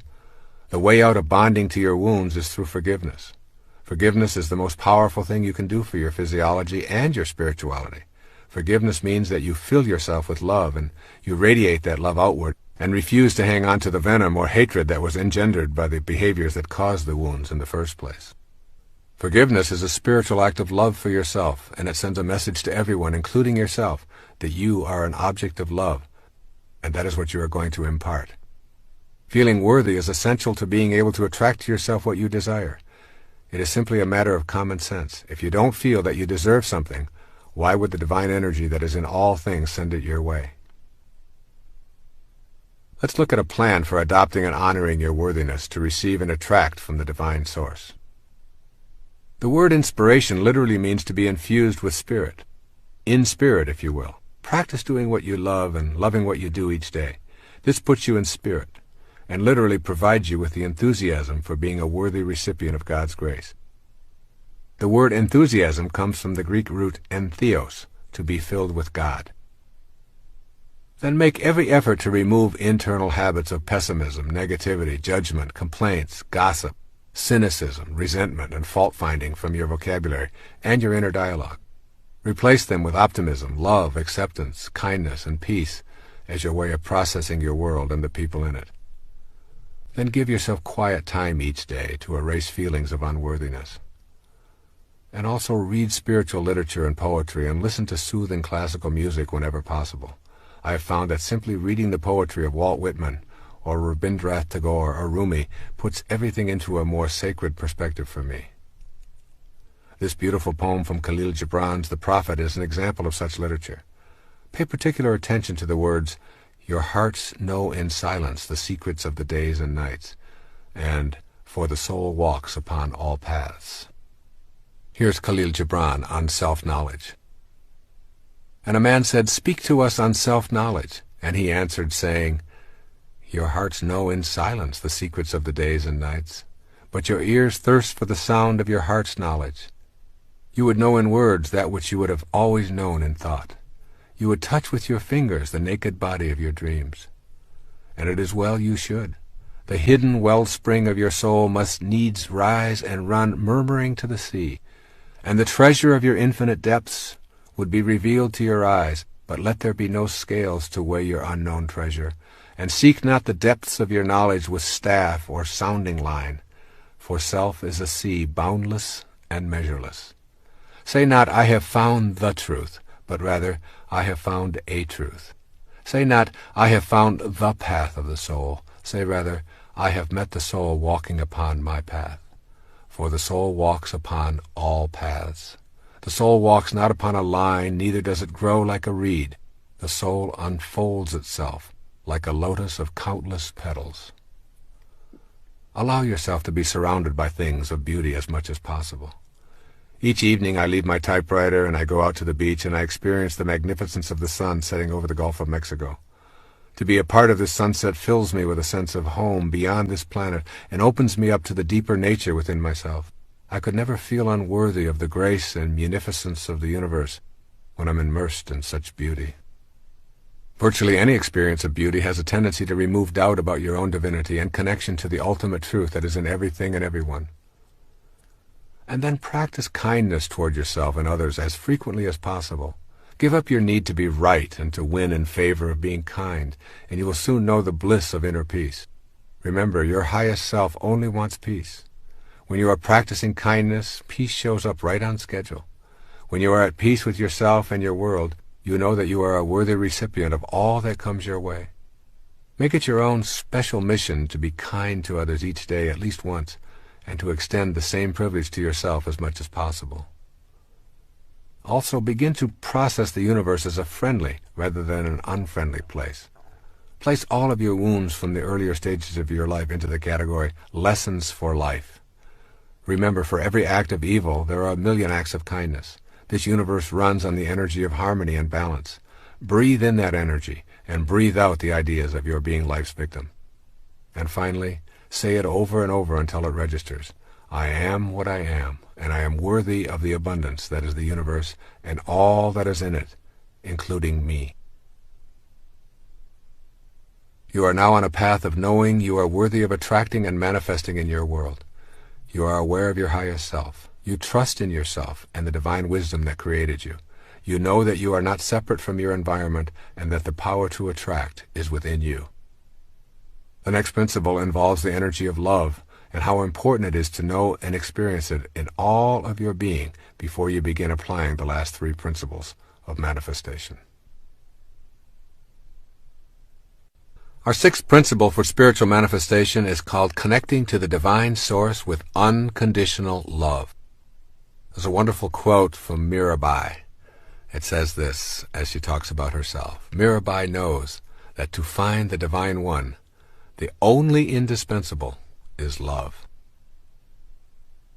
There is no greater power in heaven or on earth than pure unconditional love. This is the heart of the sixth principle of manifestation. The nature of the God force, that unseen intelligence in all things, which causes the material world and is the center of both the spiritual and physical plane, is best described as pure unconditional love. It is the glue that holds all things material in place and keeps them from collapsing into uncountable particles. This God force is the oversoul to which we are always connected because we are localized extensions of that force. You may feel infinitely worthy of attracting to yourself material and spiritual prosperity, but if you are not living the way of unconditional love, you are interfering with your ability to manifest in your life. In order to be divinely aligned with the universal infinite energy, you must become unconditional love. This energy of love really dissolves all limitations. When I speak of love emanating from your soul and from the divine consciousness of God, I speak of something that the lower self or the ego cannot grasp. I am not speaking about feeling good toward others, romantic love, showering everyone with affection, or touchy-feely behavior here. This unconditional love is an experience of the harmony of life. It is simply too deep and too profound for our ordinary selves to activate. The energy of unconditional love is the power behind creation. It guides all of our natural laws. This love can be imagined as a vibration that carries thought forms from one's mind into material expression. In its highest nature, love is the force that we recognize as the will of God. It is the alchemy that we embrace to make sense of how things are materialized from the world of spirit. I suggest you embark on an experiment in which you practice unconditional love for several days, perhaps even a week. Make this a private activity, but vow to yourself that you will allow only unconditional loving thoughts to emanate from your consciousness. Refuse to have judgmental or critical thoughts. In your quiet time, think only peace and love. In all of your relationships, think and act in only loving ways. Extend loving thoughts and energy wherever and whenever you encounter anyone or anything. Become unconditional love for this period of time. This practice of becoming unconditional love is a prerequisite to the manifesting process. By pouring love into your immediate environment and practicing gentleness in all of your thoughts, words, and actions, your immediate circle of friends will begin responding in a whole new way. Furthermore, this act becomes expansive very quickly, and you can radiate this love to your community and to people you read about in newspapers, including those who are labeled terrorists, murderers, scam artists, and the like. You emphasize the "un" in unconditional love. You become detached and loving toward all. You are not loving the hostile act, but you are loving the spirit that is blocked in those who are harmful and unloving. When you can live this way and reject all thoughts and actions that are not of an unconditionally loving nature, you will experience the alchemy of your spirit and know how to overcome limitations in your life. This is a task that your conditioning will not easily encourage, but for a few days you can persevere just so you know what the divine universal spirit is like. It judges no one and nothing. It does not moralize. It does not show favoritism. It merely exists as an unconditional love, radiating harmony and allowing everything and everyone to unfold. What can you expect as you practice a few days of being total unconditional love? You will feel yourself becoming a different person. You will feel at peace virtually all of the time. Your relationships will be more deeply spiritual.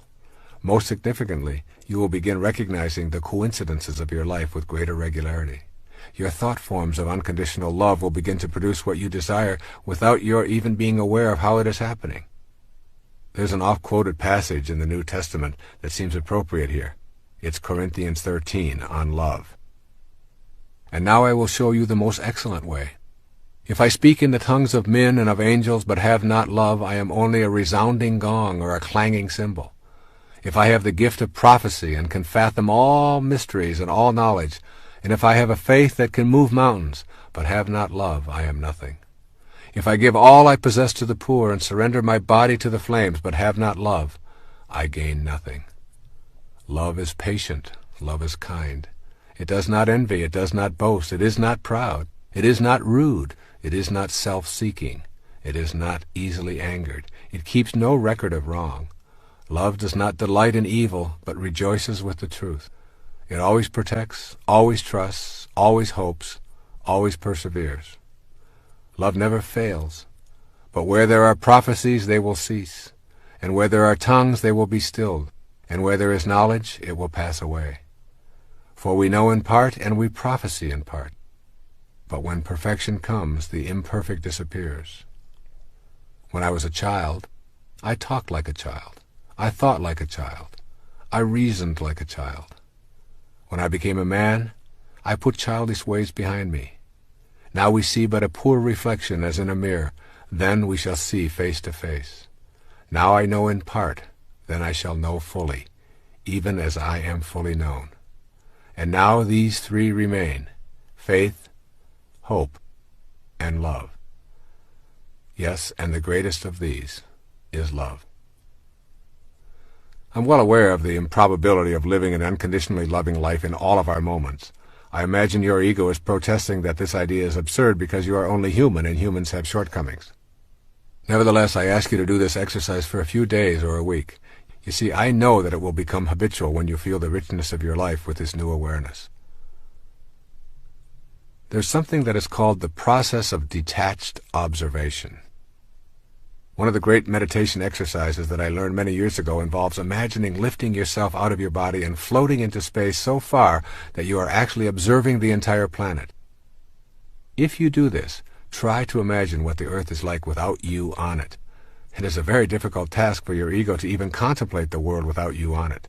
Next, begin to observe the planet without any judgment, refusing to label anything good or bad, right or wrong. Simply instruct yourself to notice, allow, and send unconditional love.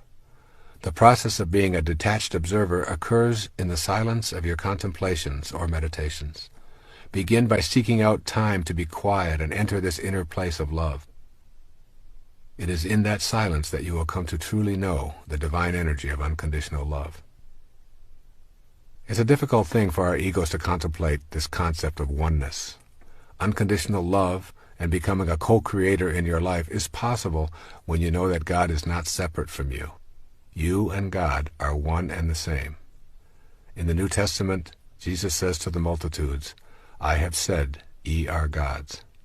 And later, "When a man believes in me, he does not believe in me only, but in the one who sent me.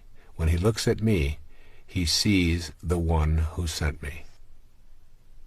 What it means to be in a state of oneness is that you know the unconditional love that God has for all of creation is also the unconditional love that can be you if you make that choice. If you place restrictions on that love or withhold it dependent on your judgments and hatreds, then you make it a conditional love and remove yourself from the possibility of co-creating with God. We have unconditional freedom for our thoughts to be what they are. That is how you are loved. That is your gift from the divine Creator, expressed through your individuality. Take that freedom away, and you are no longer a human being.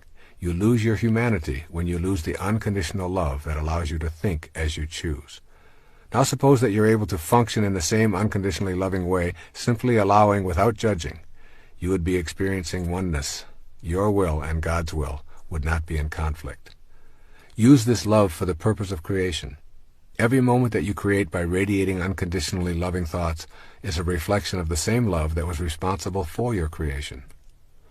This unconditional love is really a power, the ability to reach a higher state of being where there seems to be almost no delay between the creation of a thought form and having that thought form show up can be viewed in terms of unconditional love and an absence of making demands on or judging the world. This is a power that I know is possible for each of us when we begin to adopt the basic principles of spiritual manifestation. Most of us simply do not recognize how truly powerful we are by virtue of our own ability to create thoughts, and out of these thoughts attract to ourselves the abundance of the universe. When we think rationally about this power, we immediately think of the conflict between having a free will and having a destiny. This conflict often obviates the need within us to think and live in unconditionally loving ways. Let's take a quick look at this matter of destiny, which is in the title of this tape, and put it into a different context. Destiny is not preordained. Destiny is ordained totally by you. Every single moment of your now existence is the result of your previous thought. The idea that everything is already laid out for you in advance is a hallucination. You can and do manifest your own destiny. Your free will is your gift of unconditional love. You create the destiny with this free will, and when you venture off the path of unconditional love, you are simply living an illusion. The illusion is that the thoughts that you have of your separateness from God's will put you into an obsequious position, that God is something you must fight or fear. Obviously, if this were true, God could not at the same time be all-loving. So what it means here is that you want to know the joy of unconditional love. The most important thing that you will gain from cultivating unconditional love will be freedom from hate and violence. When these thoughts are removed, you discover the presence of joy and peace. This is an automatic reaction to unconditional love, because you are in harmony with the creative source. The ego identifies you primarily as a physical body, separate from God, and in need of constant stroking to massage your self-importance. When you simply say this is an illusion and it doesn't really exist, those ideas are replaced with unconditional love, and the joy you experience is really the denial of the false and an affirmation of the truth of your being. You are absolutely free when you are not consumed with your self-importance. You are free when you no longer need to be stroked, coddled, and approved of by everyone you meet. There is a great sense of joy in feeling free. Think of times when you have felt the freest in your life, when the pressures to perform are off, when you are walking in nature, when you are in solitude and communing with God. Joy, freedom, and unconditional love are inseparable. They flow from the experience of each other. To be joyful is to hold on to nothing and to have no restrictions. This is also the feeling of freedom, and it is a result of embracing the unconditional love of the divine energy that is the center of your being. This is not to say that one ought not to enjoy a massage, a delicious meal, lovemaking, and all of the pleasures of the body, but it is the mind that is processing and allowing you to experience the pleasure. It is the mind that makes it real. Your purpose is to align your mind with the unconditional love that is the divine source of all material things, including your body. With that alignment comes joy and power. When one drop of water separates from the ocean, it becomes a speck that is essentially powerless and weak. But when it aligns with its source, the ocean itself, it is powerful beyond what is possible as an individual drop of ocean. And so it is with you. Unconditional love is really nothing more than the absence of fear. The ego is where fears originate, with constant messages that you are incomplete and need more, that you need to win to be better in comparison to others.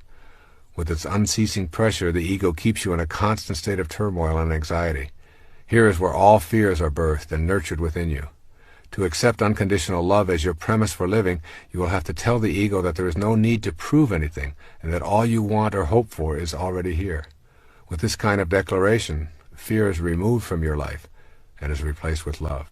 Remember the biblical quote, "Perfect love casteth out all fear." This principle of unconditional love as a prerequisite to manifesting your own destiny is a tough one to put into practice full time, yet you could begin this process by working on it one step at a time, beginning right now. Here are a few of the ways of putting unconditional love into practice in your life. Remember to keep uppermost in mind that love transforms. Unconditional love heals the body and the mind. And then also remember that the polarity of love is fear. Fear is a current of energy that literally runs through your body and is produced when you feel cut off from the source of unconditional love. Every time you experience fear, ask yourself, what's going on that I have substituted fear for love in this moment? Also, begin to acquire a private, non-publicized, and regular habit of meditating. With every breath you take, feel yourself taking in unconditional love. With every exhalation, expel thoughts of fear. Then pick one day to practice this exercise with a partner of your choice. Make a decision to think, act, and radiate nothing but unconditional love for the entire 24-hour period, including your dreams. If this works for you for one day, see if you can extend it for another day or two.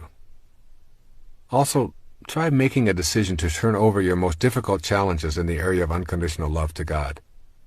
Simply turn them over with a request such as, I have been unable to bring love into my life in these areas, and I am asking for your divine guidance in accomplishing this. Also, in your silent moments of prayer, do not be afraid to ask for help. And then know the connection between manifesting your heart's desire and unconditional love. Without your connection to this love, you lose your connection to the creative process. Unconditional love is in all things you wish to attract as well as in you.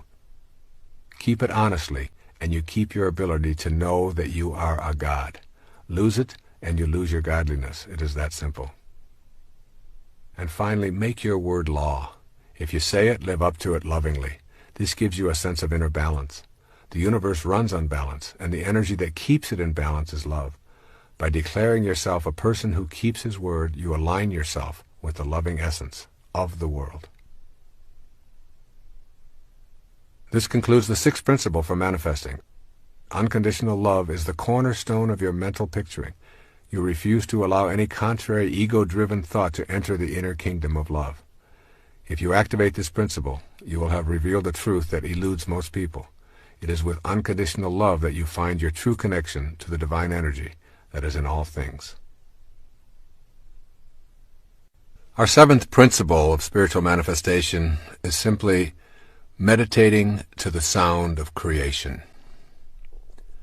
This seventh principle of manifesting will challenge your conditioning probably more than any of the other 8 principles. However, while it contradicts your beliefs about how you fit into the universe, it also expands your ability to create and attract the objects of your heart's desire. Others who have done this meditation on a regular basis have experienced dramatic shifts in their lives and have been able to manifest what they previously believed to be impossible. As you begin opening yourself to this soul-nourishing practice of chanting to the sounds of creation, spend some time carefully studying the other 8 principles. When you begin to practice the 2 daily manifesting meditations, you need to trust in your highest self and meditate with unconditional love. Reviewing the other 8 principles will help to make trust and love available. Meditating with sound can work dramatically in your personal life and can also facilitate a new awareness of our collective abilities to manifest a world free of the demands and petty issues of the ego. I feel blessed to have a spiritual teacher, Sri Guruji, make these meditations available to me to teach to others. Sounds have the power to generate your ability to attract to yourself that which you desire. 3 key words describing the principle are the title of the following section. Listen carefully to these 3 words. Sounds have power. Sounds are a powerful energy. Every sound is a vibration made of waves oscillating at a particular frequency. The frequency range of the human ear is approximately 16 to roughly 40,000 vibrations per second. Sound is the intermediary between abstract ideas and concrete form in the material world. Sounds literally mold the abstract world of thought and spirit into shapes. In ancient ceremonial rites, words, sounds, and shapes combine to achieve certain ends. Each letter in a word signifies a sound and records the expression of a particular sound. Differing sounds were recorded for their own purposes. Sounds have an impact on us in a myriad of ways. The discordant and harassing sounds of machines, thudding, screaming, grating noises, bombard our consciousness and make it difficult to be serene and peaceful. Discordant sounds can cause internal illness or disease. But sound also has healing properties when it is harmonious and soothing. Healing takes place to the accompaniment of soothing harmonies and nature's music interspersed with spiritually nourishing silence. In addition to healing, sound is used in the creation process, which is the central concern of this 7th principle of spiritual manifestation. When we use the sounds of nature that are most consistent with the act of creation, we begin to attract the material form that we desire. Learning how to use sound is a way of harnessing its power for manifesting thought into the world of form. Manifesting is knowing how to make contact with that spiritual vibrational frequency while we are living inside a body in a materialized world. Pay attention to words and sounds because they can attract positive or negative influences into your life. Harmonious sounds are the ones that most contribute to a balanced and creative life. But before going into the actual use of meditation sounds, it is necessary to learn how to prepare yourself to use sounds in your daily meditation.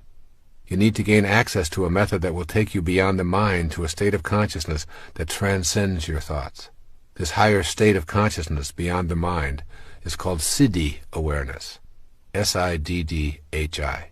Siddhi awareness. Siddhi awareness or Siddhi consciousness is a perfect state of awareness in which there is a complete absence of doubt and no delay between the origination of a thought and its materialization into the world of form. It is an unlimited state of being in which creation occurs instantly without any time lag from thought to form. When we contemplate this state of grace, our minds challenge the idea and provide us with many reasons as to why it is impossible. Siddhi consciousness, however, has absolutely nothing to do with the mind. Let that sink in. Siddhi consciousness is beyond the mind.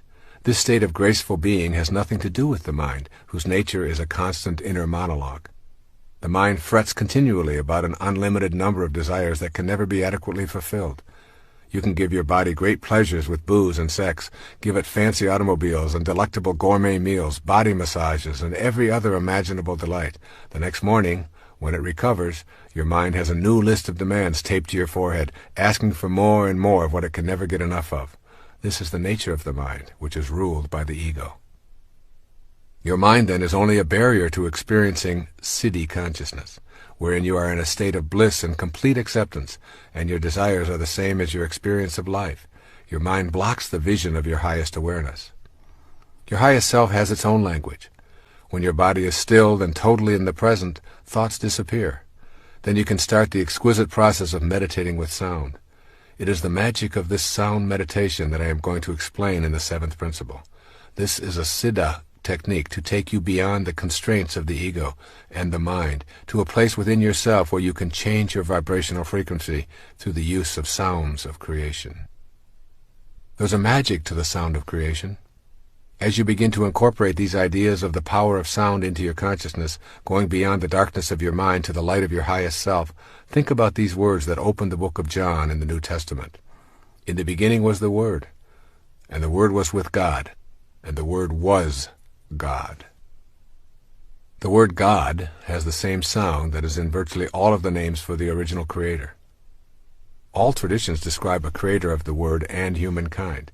Here is a list of names used for the creator: Ra, Krishna, Rama, Buddha, Adonai, Brahman, Siddha, Shiva, Jehovah, Kali, Durga, Tat, Gayana, Mahanta, Mahavira, Anu, Atva, Nanak, Yahweh, God, Allah.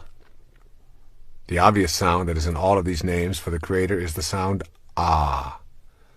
Ah expresses a feeling of bliss and joy. The sounds of creation and joy are synonymous. It is not an accident that the name for the Creator in virtually all languages contains the sound Ah. Ah is the only sound that humans make effortlessly, simply by taking in a breath and without moving the lips, the tongue, the jaw, or the teeth. If you move any of these, the sound changes. Ah is the sound of effortless perfection, as is creation itself effortless and perfect.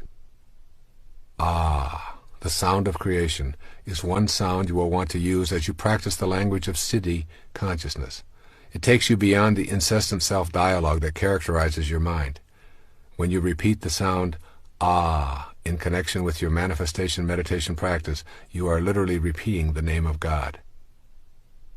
In Reflections of the Self, Swami Muktananda gives these words to his devotees who desire to know more about the state of siddhi consciousness. With eyes brimming with love, sing his name. All inner mysteries will be disclosed. Every bird and plant will reveal itself to you as Brahman. The knowledge of Vedanta will manifest everywhere. O dear one, keep chanting God's name while sitting or standing or involved in the world. Never forget him. Unite your mind with the self. He explained that these names for God have specific combinations of inherently powerful syllables that have the ability to call forth the experience of God within us. Making these sounds acquaints us, perhaps for the first time, with the subtle God force within ourselves. Thousands of years ago, Patanjali set down his highly celebrated Yoga Sutras. They were designed to help guide seekers to the highest state of awareness, siddhi consciousness. He offered this advice: repeat and meditate on Om. Om is a symbol for the universal sound of creation. Repeating this sound causes the disappearance of obstacles and an awakening of a new, higher consciousness that is the creative energy. Continually chant God's name is the advice of the masters of self-awareness to those who seek to participate in the act of creating and manifesting. The sound Ah is the sound of God. Make the repetition of the name of God a daily meditation practice, and you will literally transform yourself into this universal sound of creation. You will become one with the sound that mediates between the world of form and the highest frequencies of the spiritual world. This creation meditation is also involved with 2 chakras of the body. Of the 7 chakras of the body, 2 are significant in learning this manifesting technique. The base chakra, the sex center, is one, and the third eye, located between the eyebrows, is the other. Imagine for yourself a channel between the base chakra and your third eye. You are going to clear this imaginary passageway between these two chakras and feel yourself open the third eye so that you can imaginatively project your manifesting energy out the new opening. The base chakra is the center of procreation. The third eye chakra is for the purpose of manifestation. Think of your third eye as the part of you that makes contact with the physical world that is invisible to the naked eye. You are attempting to open this third eye through the language of your siddhi consciousness. Now, remembering that ah is the sound of joy as well as the God sound, think about the sound that accompanies the process of procreation. Ah is the most common sound heard in the very act of procreation. And more often than not, God's name is repeated as a soul arrives from the world of the unseen into the world of materialized form. Oh God! Oh my God! Ah! Initially, this may seem amusing, yet it is incontrovertible that these are universal clues to the process of manifestation. The energy released through the root or base chakra brings about procreation. And what has taken place here? A release of energy from the base chakra, received by another base chakra, and a soul connects to form, from the unseen to the manifested, all accompanied by the sound of ah. Learning this technique of sound manifesting really involves nothing more than opening up the channel that exists between these two chakras in your body. Opening the third eye is an inner exercise of putting your attention at the third eye or mind chakra and projecting through it, feeling the joy that is associated with the sound ah. You experience it leaving the limits of your physical body, embracing that which you want to manifest, and bringing it back to you. Implement this sound meditation in your morning practice. I have created a cassette tape and a compact disc called Meditations for Manifesting, which guides you through this morning meditation. In addition, that recording guides you through the second meditation, which takes place in the evening. However, here you put your attention on gratitude for all that has manifested into your life. This is also the subject matter of the ninth and final principle. Now we listen to the sound of that which is manifested. There's a second sound that reflects the vibrational frequency of manifestations in the physical plane. This sound is Om. If you reduce anything that you can observe on the physical plane to its ultimate sound vibration, you would hear the sound Om. This is the sound that women of ancient times meditated to while bringing their babies into the world. Whereas Ah is the sound of creation, Om is the sound of that which is already created. Om expresses gratitude for all that has manifested. There's a basic relationship between our level of awareness and the vibrations of the universe. This is why I include the Om meditation in the manifestation process. Repeating the Om sound in the evening tunes you to a higher state of awareness and to gratitude for all that has manifested into your life. Repeating this sound as a mantra of gratitude is one of the most joyous feelings you will ever experience, causing you to be in harmony with your environment. Using the Om sound is a way of bonding to all that manifests for you, in whatever form it shows up. It creates a peaceful space and contributes to your identifying with the manifesting principle. These two sounds, Ah and Om, used on a daily basis, form the basis for your becoming adept at connecting with what you desire and understanding totally the message of this tape, which is that you indeed manifest your own desires and destiny. Now let's take a look at the practice of meditating for manifesting. Manifesting and meditating cannot be separated. They are like the crest and the trough of the wave, separate and distinct from each other, but always together. You cannot become adept at manifesting the desires of your heart if you are unwilling to devote time to the practice of meditation. Meditation is simply the act of being quiet with yourself and shutting down the constant monologue that fills the inner space of your being. That inner noise is a shield preventing you from knowing the highest self. Engaging in sound meditation is a useful way of accomplishing inner silence and removing the influences of the constant chatter that is largely produced by the ego. The best times for meditating using this manifesting technique of repetitive sounds are at sunrise and sunset. If you are unaccustomed to arising at or before sunrise, make an effort to establish this discipline for a trial period of 90 days. What you want to do is establish yourself as a disciplined person. Early morning, particularly prior to sunrise, is the best time of day to awaken. The silence allows you to feel close to God. You can feel the energy of healing and solutions in the silence. Use specific acts of personal courage to awaken during these hours, knowing that the time will provide you with far more rest than the remaining hours of your scheduled sleep. When the sun first begins to show itself in the morning, its energy breaking out of the darkness is most intense. This is the ideal time to begin your manifesting meditation.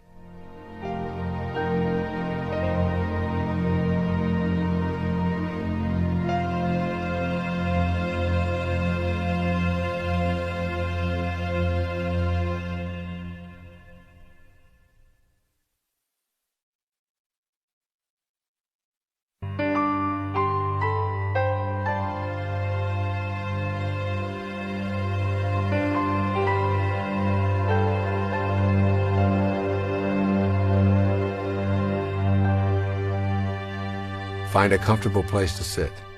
What makes you feel most relaxed and at peace is the perfect posture. If at all possible, it is advisable to do this outdoors. Gently place your forefinger and thumb together on each hand. Close your eyes and allow yourself approximately 20 minutes for this morning practice. Take in a few long, deep breaths and exhale, becoming aware of the pattern of your breathing and the feeling of filling your lungs. Then place your attention on the root or base chakra, the sex center, and move your attention up the passageway between your root chakra and your third eye chakra. Think of this as a channel that has been clogged, and think of the third eye space as an opening that has been sealed for a long time that you are going to open with your new inner etheric energy. Now take a deeper, longer breath of air, filling your lungs, and as you release the breath, say out loud the sound ah, with as much emotion and volume as you can imagine. Ah. Place your attention on clearing the channel with the sound of ah. While you are doing the ah meditation, add to your mental picture what it is that you would like to be able to create or manifest without being at all attached to how it will surface in your life. Repeat the sound of ah as your mantra for the entire time. However, do it out loud and with emotion for only approximately the first 1/3 of the time. Move your attention up and down the inner passageway between the root chakra and the third eye chakra. With the inner energy that you are feeling from the sound of creation resonating within you, open this third eye in your mental picture and propel the creative force through it into the world of form. Imagine its release from your inner being to a point at which it circles the world and surrounds the objects of your desire. Trust that this energy will connect with the universal energy that is the God force and will send the objects of your desire into your immediate world. This must be done in accordance with all 9 of the principles of manifesting that are explained in this tape, which means you have an absence of doubt, complete trust, unconditional love, and a knowing that this power of attraction is within you and in all things. Gradually, you will begin to experience an overwhelming sense of bliss and peace. For the next approximately 1/3 of the morning meditation, say the ah sound softer and softer. Stay focused on the third eye, which is now open and sending out this creation energy and the feeling of your desire manifesting. For the final third of your morning meditation, repeat the sound of ah to yourself silently as a mantra, and keep your attention on the third eye and the glorious feeling of gratitude that you are already experiencing for having this manifest into your life. When you have completed approximately 20 to 30 minutes of this manifesting meditation, your morning session will be complete. Some people have used this meditation to manifest peace for themselves or those they love, to center themselves on a healing, or to bring a relationship into their life. Others have used it for such matters as selling a house, getting a promotion, overcoming an addiction, attracting money, or whatever. The possibilities are unlimited. What you are doing when you do this morning ah meditation is resonating with the words. In the beginning was the Word, and the Word was God. The act of manifesting is the beginning of something being created in your life. The evening meditation is best practiced at sunset if possible. Once again, as the sun sinks below the horizon, there is a corona-like expression of energy that is greatest just as the sun leaves the horizon and for a few moments immediately after. Now you practice the sound of Om, which is the meditation of gratitude. The practice is identical to the morning meditation with the exception that now you are not asking to manifest anything. Instead, at the end of your daylight or as you retire, you are simply saying thank you to the universal intelligence that we call God for all that has manifested in your life. Take in deep breaths just as you did in the morning. Clear the channel between your base chakra and your third eye chakra and mentally picture all that you have received and project that energy out forcefully through the opening of the third eye. You are expelling into the universe beyond your immediate body an energy of gratitude. The sound of Om is said aloud for the first third of your meditation, then gradually, more quietly, and ultimately silently, always focusing grateful attention on the third eye and feeling that energy going back to the universal source of energy that we call God. The final part of this meditation is the last sound you hear before you go to sleep each night. The very first sound you hear in the morning is generally one of ah. It is the sound that you make when you yawn or stretch. However, the final sound you hear within yourself before going to sleep can be a combination of these two sounds, of ah and Om. I defined enlightenment earlier as the ability to be immersed in and surrounded by peace. It is not an accident that the sounds ah and Om, when combined, translate to the word that means peace or enlightenment. Shalom. Shalom. By saying these two sounds to yourself as you drift off to sleep, you are becoming at one with all that is peaceful and all that provides for us. It is also not an accident that the primary sound of spiritual joy is the sound of Ah in Alleluia. And it is also a sound in the last word of every prayer, Amen. Give this glorious, peaceful, enlightening manifestation meditation practice a 3-month trial using each of the 9 principles outlined in this book, and see if you do not experience your heart's desire appearing. Alleluia. Shalom. The 8th principle for spiritual manifesting simply says, patiently detach from the outcome. In the 7th principle on the use of sound meditation, I emphasize the importance of placing your attention on your feelings as you picture your desire manifesting. This 8th principle of spiritual manifesting has at its heart the experience of that feeling. The manner of how and when it is desired shows up is something that you must not try to control. Manifesting is not about making demands of God in the universe. Manifesting is a cooperative venture in which your intention is aligned with divine intelligence.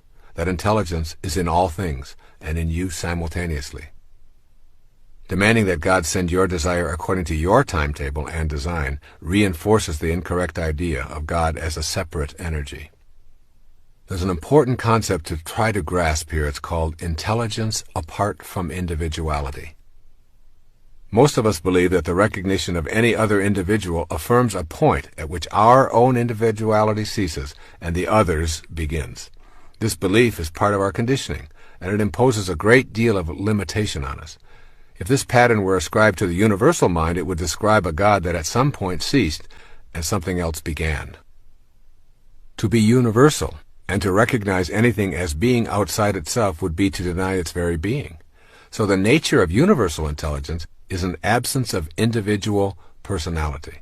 You are in an impersonal and intensely intelligent ocean of life that is all around, under, and in everything, including you. Though you have been conditioned to believe that you are an individual, you are actually a part of the grand universal nature that is infinite in its possibilities. This undifferentiated intelligence responds to you when you recognize it. Ask yourself what the relationship of this universal mind is to you. It cannot have favorites if it is the root and support for everything and everyone. Lacking individuality, it cannot be in conflict with your desires. Being universal, it cannot be simply shut off from you. All these statements characterize this all-producing mind as responsive to you when you understand your relationship to it. Your task is to bring the universal energy within your grasp by raising yourself to the level of that which is universal, rather than bring the universal down to a level of misperceived individuality that is separate from the universal. You need only to recognize it to attract it to yourself, rather than ask it to recognize you and bring you to it. Having learned a different set of principles, all of this may sound a bit confusing, yet it is crucially important for you to know this before moving along on the path of manifesting. There's a power of infinite patience. This provocative line is from A Course in Miracles. Those who are certain of the outcome can afford to wait, and without anxiety. The notions of certainty and patience go together. When you trust and know that you are connected to that universal all-providing intelligence, then you simply place no time constraints on your manifestation. Your knowing and your infinite patience put you at ease. Your inner sense is that what you want to manifest is already here, and your inner attention is on the feeling of well-being that you are already blessed with what you seek. The inner bliss is a function of the power of your infinite patience.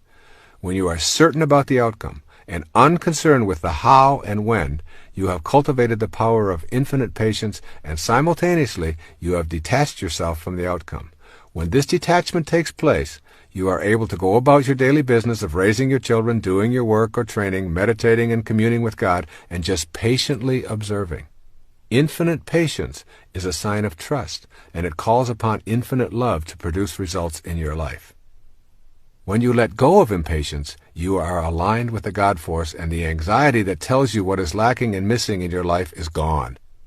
You will know that God has been patient with you no matter how long it took you to come around, regardless of how far you may have wandered, and no matter how much you may have refused to listen. Infinite patience produces almost immediate results in your life. You become free when you relax your insistence to have it now. As an infinitely patient person, you know that you are already where you want to be, and there are no accidents, and that all that appears to be missing is nothing more than an illusion perpetrated by your ego. With this awareness, impatience leaves, and you stop looking for results of your manifesting meditation. Your patience allows you to remain in silent appreciation of all that is manifested in your life. This practice of patient detachment from outcome is a foreign concept to us. We have been taught that goals, success symbols, and the accumulation of merit badges are the ways to feel important. What follows is a guide for living with the seeming paradox of attempting to manifest something into your life and at the same time not being attached to when and how it shows up. So here's a step-by-step plan for putting patient detachment into your manifesting practice. First, understand the essence of what you desire. What you desire is not necessarily in the realm of things. If you want to manifest money, for example, notice if your attention is centered on the dollars or on the experience and feeling of financial security. The experience is the essence of your desire. By putting your attention on inner feelings, you shift from being gratified by externals. The essence of your desire is a feeling of well-being and joy and an alignment with the universal spirit. You may feel that you truly want to manifest more income and a promotion. Detach yourself from the in-the-world promotion and increase in pay. Put your manifesting energy on the essence. You're wanting to feel more secure and less stress. You will probably begin to see things arriving in your life that reduce your anxiety. They may seem to have very little to do with what you originally thought you wanted. And then secondly, banish doubt and enter into the realm of certainty. When you've removed doubt about your ability to manifest, it will be easy to detach yourself from the outcomes and all of the details. Your trust in yourself and in the divine energy of the universe is all you will need. Then third, leave your expectations and go about your business. Maintain your work and play regime with a new sense of peace originating in your inner knowing about what is manifesting for you. Remain completely detached from the inclination to measure and calculate what is and is not showing up for you. And then fourth, in this step-by-step plan, maintain privacy about your desires. Sharing your manifestation efforts decreases the energy and deflects the energy into the ego's need to gain approval. Then fifth, be aware of the cues that your desires are manifesting. Keep in mind that the way things will show up in your life is not necessarily related to what your rational brain expects. Things may begin popping up into your life that were never there before and which may surprise you as you notice them more and more frequently. These synchronistic events and happenings are the result of beginning to live in a heightened state of awareness. Pay close attention to the cues as they surface and gently tell yourself, it's working, I can see the results. And then sixth, act immediately on the cues that arrive by acknowledging them. When you acknowledge the early signs of arrival of what you wish to manifest, you are giving your inner energy a positive charge and recognizing the divine universal intelligence. This recognition is essential to the continuation of this manifesting process. And seventh, don't think of your manifestation as a special favor. To see manifestation as a favor is to begin the process of bargaining with God and believing in your separateness from all other living things. Your desires manifest because you are in perfect alignment with your source of creation and because you are not placing any limitations on what can come into your life. And then eighth, view any and all obstacles as lessons, not indications of failure. Keep in mind that you are practicing patience and detachment from outcome. Everything that shows up in your life is supposed to. This includes the falls in your life. They provide you with the energy to propel yourself to a higher state of awareness. And then ninth, release all judgment from your manifesting practice. This requires you to be willing to suspend your inclination to judge that which shows up in your life as right or wrong, good or bad, attractive or unattractive. Your judgments halt the flow of universal energy into your life and put you at odds with that divine power. Your ability to manifest depends in large part on your willingness to leave behind the collective judgments that make up the totality of human beliefs.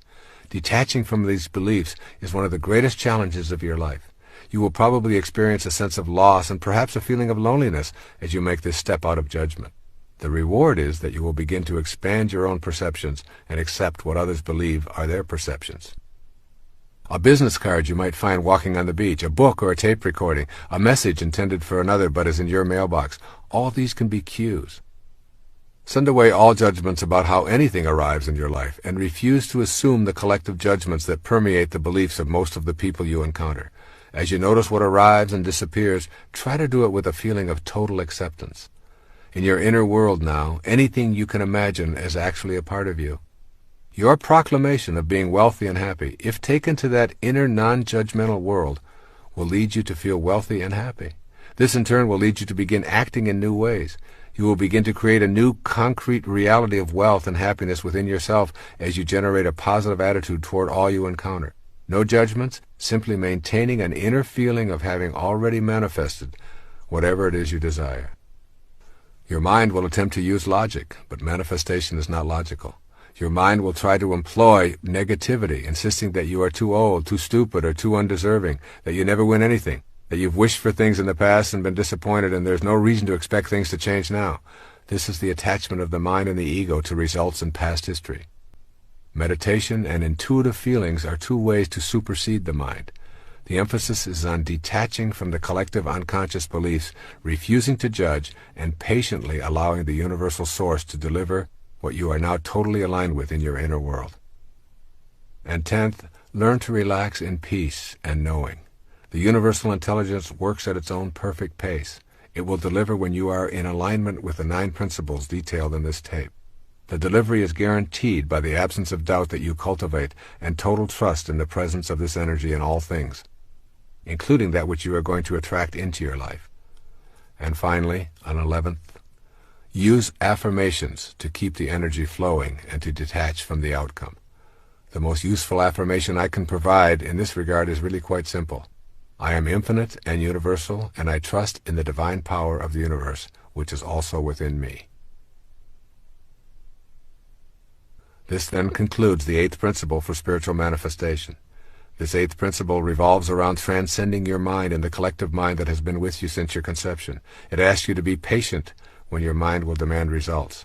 Once you perfect that infinite patience, you will demonstrate your trust in something other than your own limited body-mind, and you will peacefully allow your desires to manifest in their own good way, in their own good time.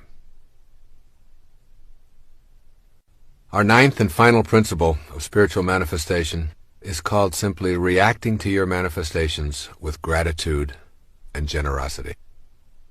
The conscious expression of gratitude and generosity is the final principle in this miraculous process of spiritual manifestation.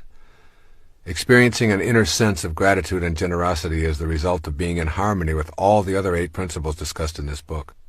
Gratitude is your expression of acknowledging the oneness of the universal energy working in cooperation with your desires. Let's look at the nature of gratitude. Gratitude is the complete and full response of the human heart to everything in the universe. It is the absence of feeling alienated or separate. It represents our full acknowledgement and appreciation of the energy flowing through all things and brings gifts to us in the form of the fulfillment of our desires.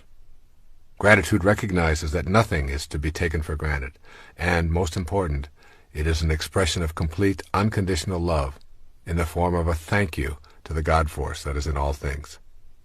It is a way of being one with the God Force in full inner serenity. It recognizes that the spirit within ourselves is the same as that which sustains all life on the planet. Gratitude then represents the whole of ourselves. When we feel grateful and give thanks, sending out this kind of loving energy to the world in the same fashion that we did when we were asking for our heart's desire to be manifested, we feel complete. Gratitude allows us to feel more connected to that for which we are grateful. Gratitude acknowledges that we are the recipients of the generosity of others, of life, and of the universal spirit. Gratitude contributes a loving response to the whole of creation and to your relationships with creation. That relationship illustrates for us how interconnected and interdependent everything is, including the manifestations in our lives. When we understand the nature of gratitude, we can more clearly identify those things within ourselves that are obstacles to practicing gratitude. Gratitude is an inner process. It is an attitude of thankfulness, even when things do not appear as we would prefer. Rumi once wrote, "Don't grieve for what doesn't come. Some things that don't happen keep disasters from happening." Gratitude is a way of experiencing the world with love rather than judgment. The three most common obstacles to an attitude of gratitude originate in your mental processes. The first is simply called fault-finding. You always have the choice to be love-finding or fault-finding. The fault-finder focuses on what is wrong and what is missing. That focus shows up as criticism, judgment, and anger. The feeling is of being against the manifestations that appear in the world, rather than being for what one receives. As we think, so shall we be. If you are using your mind to think about what is wrong and what is lacking, this is precisely what will manifest for you. Finding fault, rather than being grateful and being a love finder, guarantees that you will not be able to participate in the co-creation of your life and the fulfillment of your desires. A second obstacle to an attitude of gratitude is called simply complaining. The complainer always feels short-changed and deprived, and consequently becomes envious and bitter toward those who seem to have been blessed with what is missing in his or her own life. The inner experience of complaining leads to being angry at the universal source that seems to have denied you the benefit of its infinite supply. Complaining is an expression of the absence of love in your inner world. When you feel love, there's no room for being upset with God for not delivering your ego's demands. And the third obstacle to an attitude of gratitude is taking what you have for granted. Taking things and people in your life for granted drains you of the joy that you could be experiencing. Taking things for granted means going through life unaware of the multitude of gifts that are here in each and every moment. Think of the activities and experiences that would be missed if they suddenly disappeared. Remind yourself that there are no ordinary moments. Kicking a ball around with a child, watching the shape of the clouds in the early morning, or hearing the sounds of the seasons, saying good night to a loved one. Every single experience is an opportunity to experience gratitude, or its opposite, ennui. It is also a choice. Strive to be alert to being a love finder. Sleepwalking through life is a choice to impede the gratitude that is necessary for you to become a manifester. If you take everything for granted, you will never be able to see the clues that will give you the impetus to take action on your desired manifestation. The appearance of the right person or the unexpected gift will be greeted with a shrug and a disinterest, which will prevent you from receiving its blessings. Be awake and fully appreciative of everything and everyone. And here appreciation and depreciation need to be understood. When we depreciate something, we devalue or diminish its worth. We depreciate things or people by expressing disapproval or dislike. It is impossible to feel grateful for something or someone we do not value. Begin to see things and people as they truly are. Each person is a child of God. See the unfolding of God in each person you meet. The moment you participate in the depreciation process, you block your ability to experience gratitude, and consequently, you obstruct your ability to manifest prosperity, love, and joy into your life. Essentially, the activity of depreciation means that you are not sensing the beauty of life. Become an appreciator, and therefore a manifester, by seeing the Christ shining back at you in the other person or groups of people. Cultivating an attitude of gratitude is something we all want to work on in this manifesting process. Make the shift to being grateful for all that you are and all that you have, and you will facilitate your ability to manifest into your life the essence of all that you desire. Develop an awareness of yourself as a recipient rather than as a victim. Virtually everything you possess in your life is because of the efforts of others. Your furniture, automobile, home, clothes, gardens, yes, even your own body are all in some way gifts from others. Without the efforts of thousands and thousands of people all working in harmony, you would have nothing showing up in your life. Just remind yourself of this fact each day, and gratitude will begin replacing cynicism. Also, practice a silent expression of gratitude when you start to see your desires manifesting from the universal source. Thank you, God. I see you working in my life, and I acknowledge with love my appreciation for all that you bring to me. Also, become a person who is willing to tell those around you how much you appreciate them. Make a concerted effort to say aloud how much you love your family members without making it a phony ritual. The more you are willing to express gratitude, the more you are cultivating an experience of unconditional love, which, as you know, is the secret to manifesting. Be thankful and avoid complaining as much as possible. Catch yourself as you are about to find fault with someone or some condition. Then, instead, find something to say that reflects a willingness to be a love finder. Give yourself a specific period of time to practice avoiding complaining and fault-finding, perhaps 30 days. You will experience the emptying of rancor and complaints from your inner self and the opening to love, appreciation, and gratitude. Begin each and every day with an expression of gratitude and thanksgiving. Every morning when you awake, you have been given the gift of a sunrise and 24 hours to live. Take in a deep breath and be grateful for this exhilarating experience of breathing in life and love. End your day with an expression of love and a repetition of the word for peace, shalom. Be aware of the need to be grateful for the suffering and struggles that are part of the fabric of your life. Sometimes it's easy to simply be angry at your suffering rather than to know that it is the catalyst for your searching and awakening. And also remember, it is the nature of thought to increase. The more your thoughts are centered on what is missing, the more deficient you feel and the more complaints you will utter. Similarly, the more you practice gratitude, the more you are thankful and appreciative of all that life provides, and the more you feed your experience of abundance and love. And now a look at generosity and service, the final steps in manifesting. The natural extension of being grateful is the development of a generous heart. Perfect generosity is a willingness to give of yourself and all that you have manifested without any expectation of a return. Manifesting is about connecting to the universal spirit which is infinite and abundant in supply. Manifesting is not about seeing neediness in yourself, but is rather about feeling complete with that radiant abundance. It is concerned with unconditional love and attracting that abundant love to your individual life. When you feel the presence of that abundance, your feeling of gratitude will push you in the direction of generosity. It is in the expression of your generosity that you will feel most connected to the unconditional love of the universal spirit.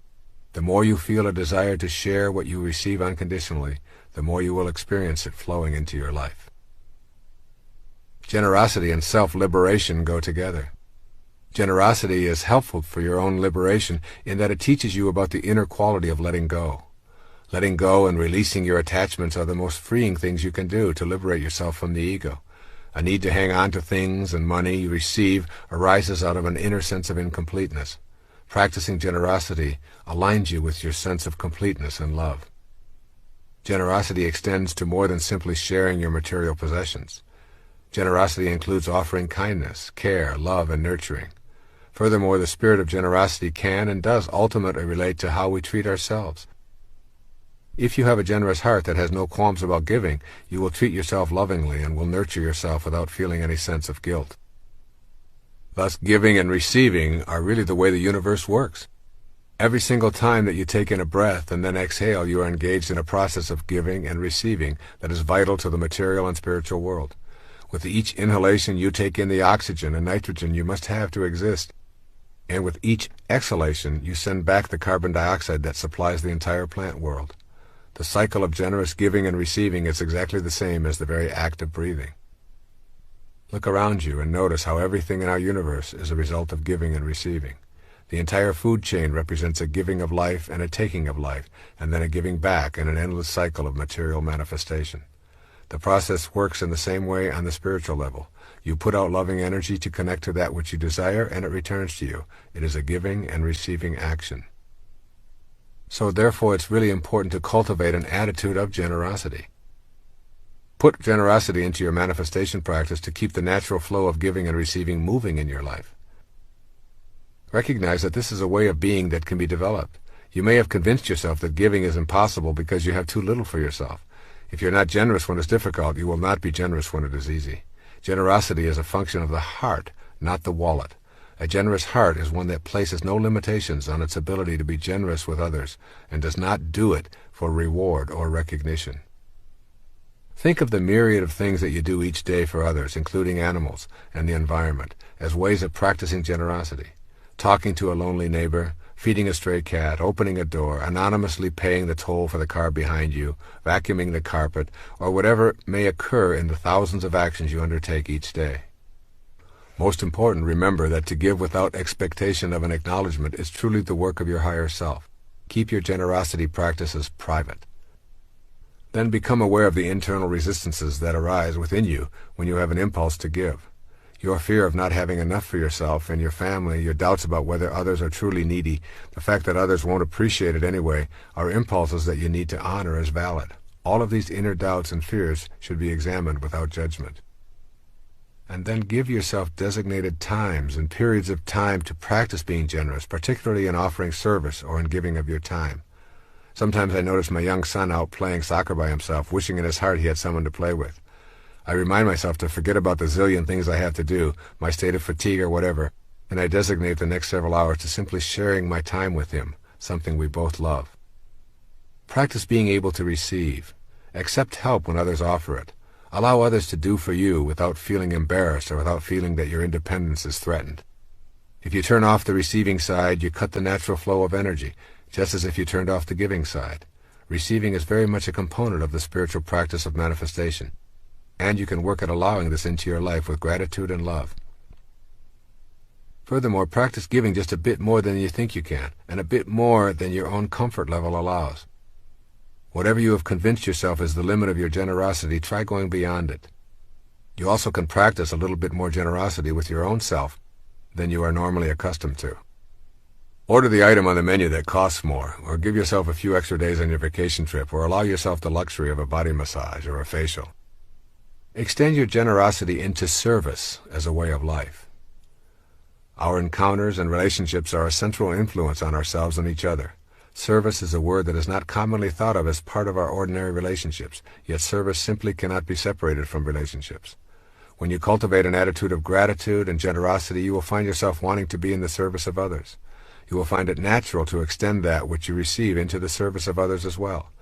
If you receive a great teaching, you will want to teach it to others. If you receive love, you will wish to extend that love unconditionally outward. Your relationships will automatically be felt as gifts for the service of others. When you contemplate the purpose of your life in the material plane, you will discover that the only thing you can do with your life is to give it away. You cannot lay claim to anything. It is all transitory. You will find your purpose and your strength when you see that you are in a relationship with all other living things, and that you are purposeful and peaceful when you serve in some capacity. It is out of this state of recognizing our fundamental interconnectedness that we realize we are all in a constant state of service to each other. It is this awareness that you want to keep uppermost in your mind as you generate this principle of spiritual manifesting. Service, at its very basic core, is an inner choice to offer a helpful and healing attitude to others as well as to ourselves. A natural outgrowth of feeling grateful for our daily life manifestations is experiencing the inclination to be generous. By turning the purpose of your life into one of service and leaving behind your self-absorption, you discover the irony of manifesting. The more you choose to be of service, the more profoundly you experience unconditional love, and the more you find materializing into your life. Service is best thought of as a continuous focus in your life rather than being limited to certain kinds of giving activities. Service is a state of mind that expresses love rather than fear, trust rather than distrust. It focuses on meeting all others as equals with whom we share a spiritual identity. This inner attitude of love reveals itself in action. Service does not require that you become a Mother Teresa. You serve by suspending your ego and extending the love that fills that space. It can take a million different forms, but when practiced with authenticity, from the heart, it makes all that is manifested into your life worthwhile. The only problem you will encounter is attempting to give or serve without love. The moment you put a condition on your service or ask something in return, you introduce conditional rather than unconditional love. The imposition of the condition makes service empty. Service without love is obligation, and it carries guilt and anger and resentment along with it. Work at being in a state of unconditional love with your service efforts, and when love is not authentically present, acknowledge that as well. This concludes the 9th principle of spiritual manifesting. Be willing to take all that is attracted to you as a result of your practicing the manifesting principles. Be willing to turn right around and in a spirit of gratitude and generosity, devote yourself to an act of service. The more you practice in this light, the more you will see the objects of your desire coming to fruition regularly. I want to close this final principle with another observation by Rumi titled The Servant Who Loved His Prayers. It sums up all that I have said, not only here in this final principle on gratitude, generosity, and service, but in this entire program. Listen to the words carefully, and as you end this tape and go to work on your own spiritual manifestation program, recall this passage by Rumi, born in the year 1207 in the Persian Empire in what is now called Afghanistan. It will remind you of your role in all of this, a role that is limited only by the restrictions you place on your spiritual awareness. He titled this poem, The Servant Who Loved His Prayers.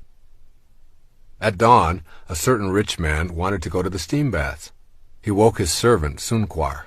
"Ho, get moving, get the basin and the towels and the clay for washing, and let's go to the baths." Sunquar immediately collected what was needed, and they set out side by side along the road. As they passed the mosque, the call to prayer sounded. Sungkwar loved his 5 times prayer. "Please, Master, rest on this bench for a while that I might recite Surah 98, which begins, 'You who treat your slave with kindness.'" The Master sat on the bench outside while Sungkwar went in. When prayers were over and the priest and all the worshippers had left, still Sungkwar remained inside. The Master waited and waited. Finally he yelled into the mosque, "Sungkwar, why don't you come out?" "I can't. The clever one won't let me out. Have a little more patience. I hear you out there." 7 times the Master waited and then shouted. Sungkwar's reply was always the same. "Not yet. He won't let me come out yet." "But there's no one in there but you. Everyone else has left. Who makes you sit still so long?" "The one who keeps me in here is the one who keeps you out there. The same who will not let you in will not let me out. The ocean will not allow its fish out of itself, nor does it let land animals in where the subtle and delicate fish move. The land creatures lumber along on the ground. No cleverness can change this. There's only one opener for the lock of these matters. Forget your figuring. Forget yourself. Listen to your friend. When you become totally obedient to that one, you'll be free. May you always swim in the ocean of abundance while manifesting your own divine destiny. Listen to your friend. I'd like to provide you with a summary of the 9 principles. I would like you to have all 9 principles in the same place so that you can refer to them often, as well as see how they comprise a step-by-step program for implementing a spiritual manifestation awareness for yourself. Each principle flows to the next, and if you apply them in this sequential manner, I can guarantee that you will begin to view yourself as an absolute miracle, an individual who is connected to the universal all-pervading spirit in such a firm manner that you know you are a co-creator of your own life and all that is attracted into it. The 9 principles.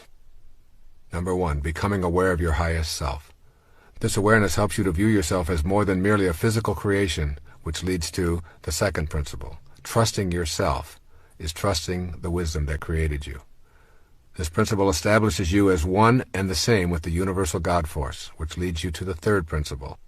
You are not an organism in an environment. You are an environed organism.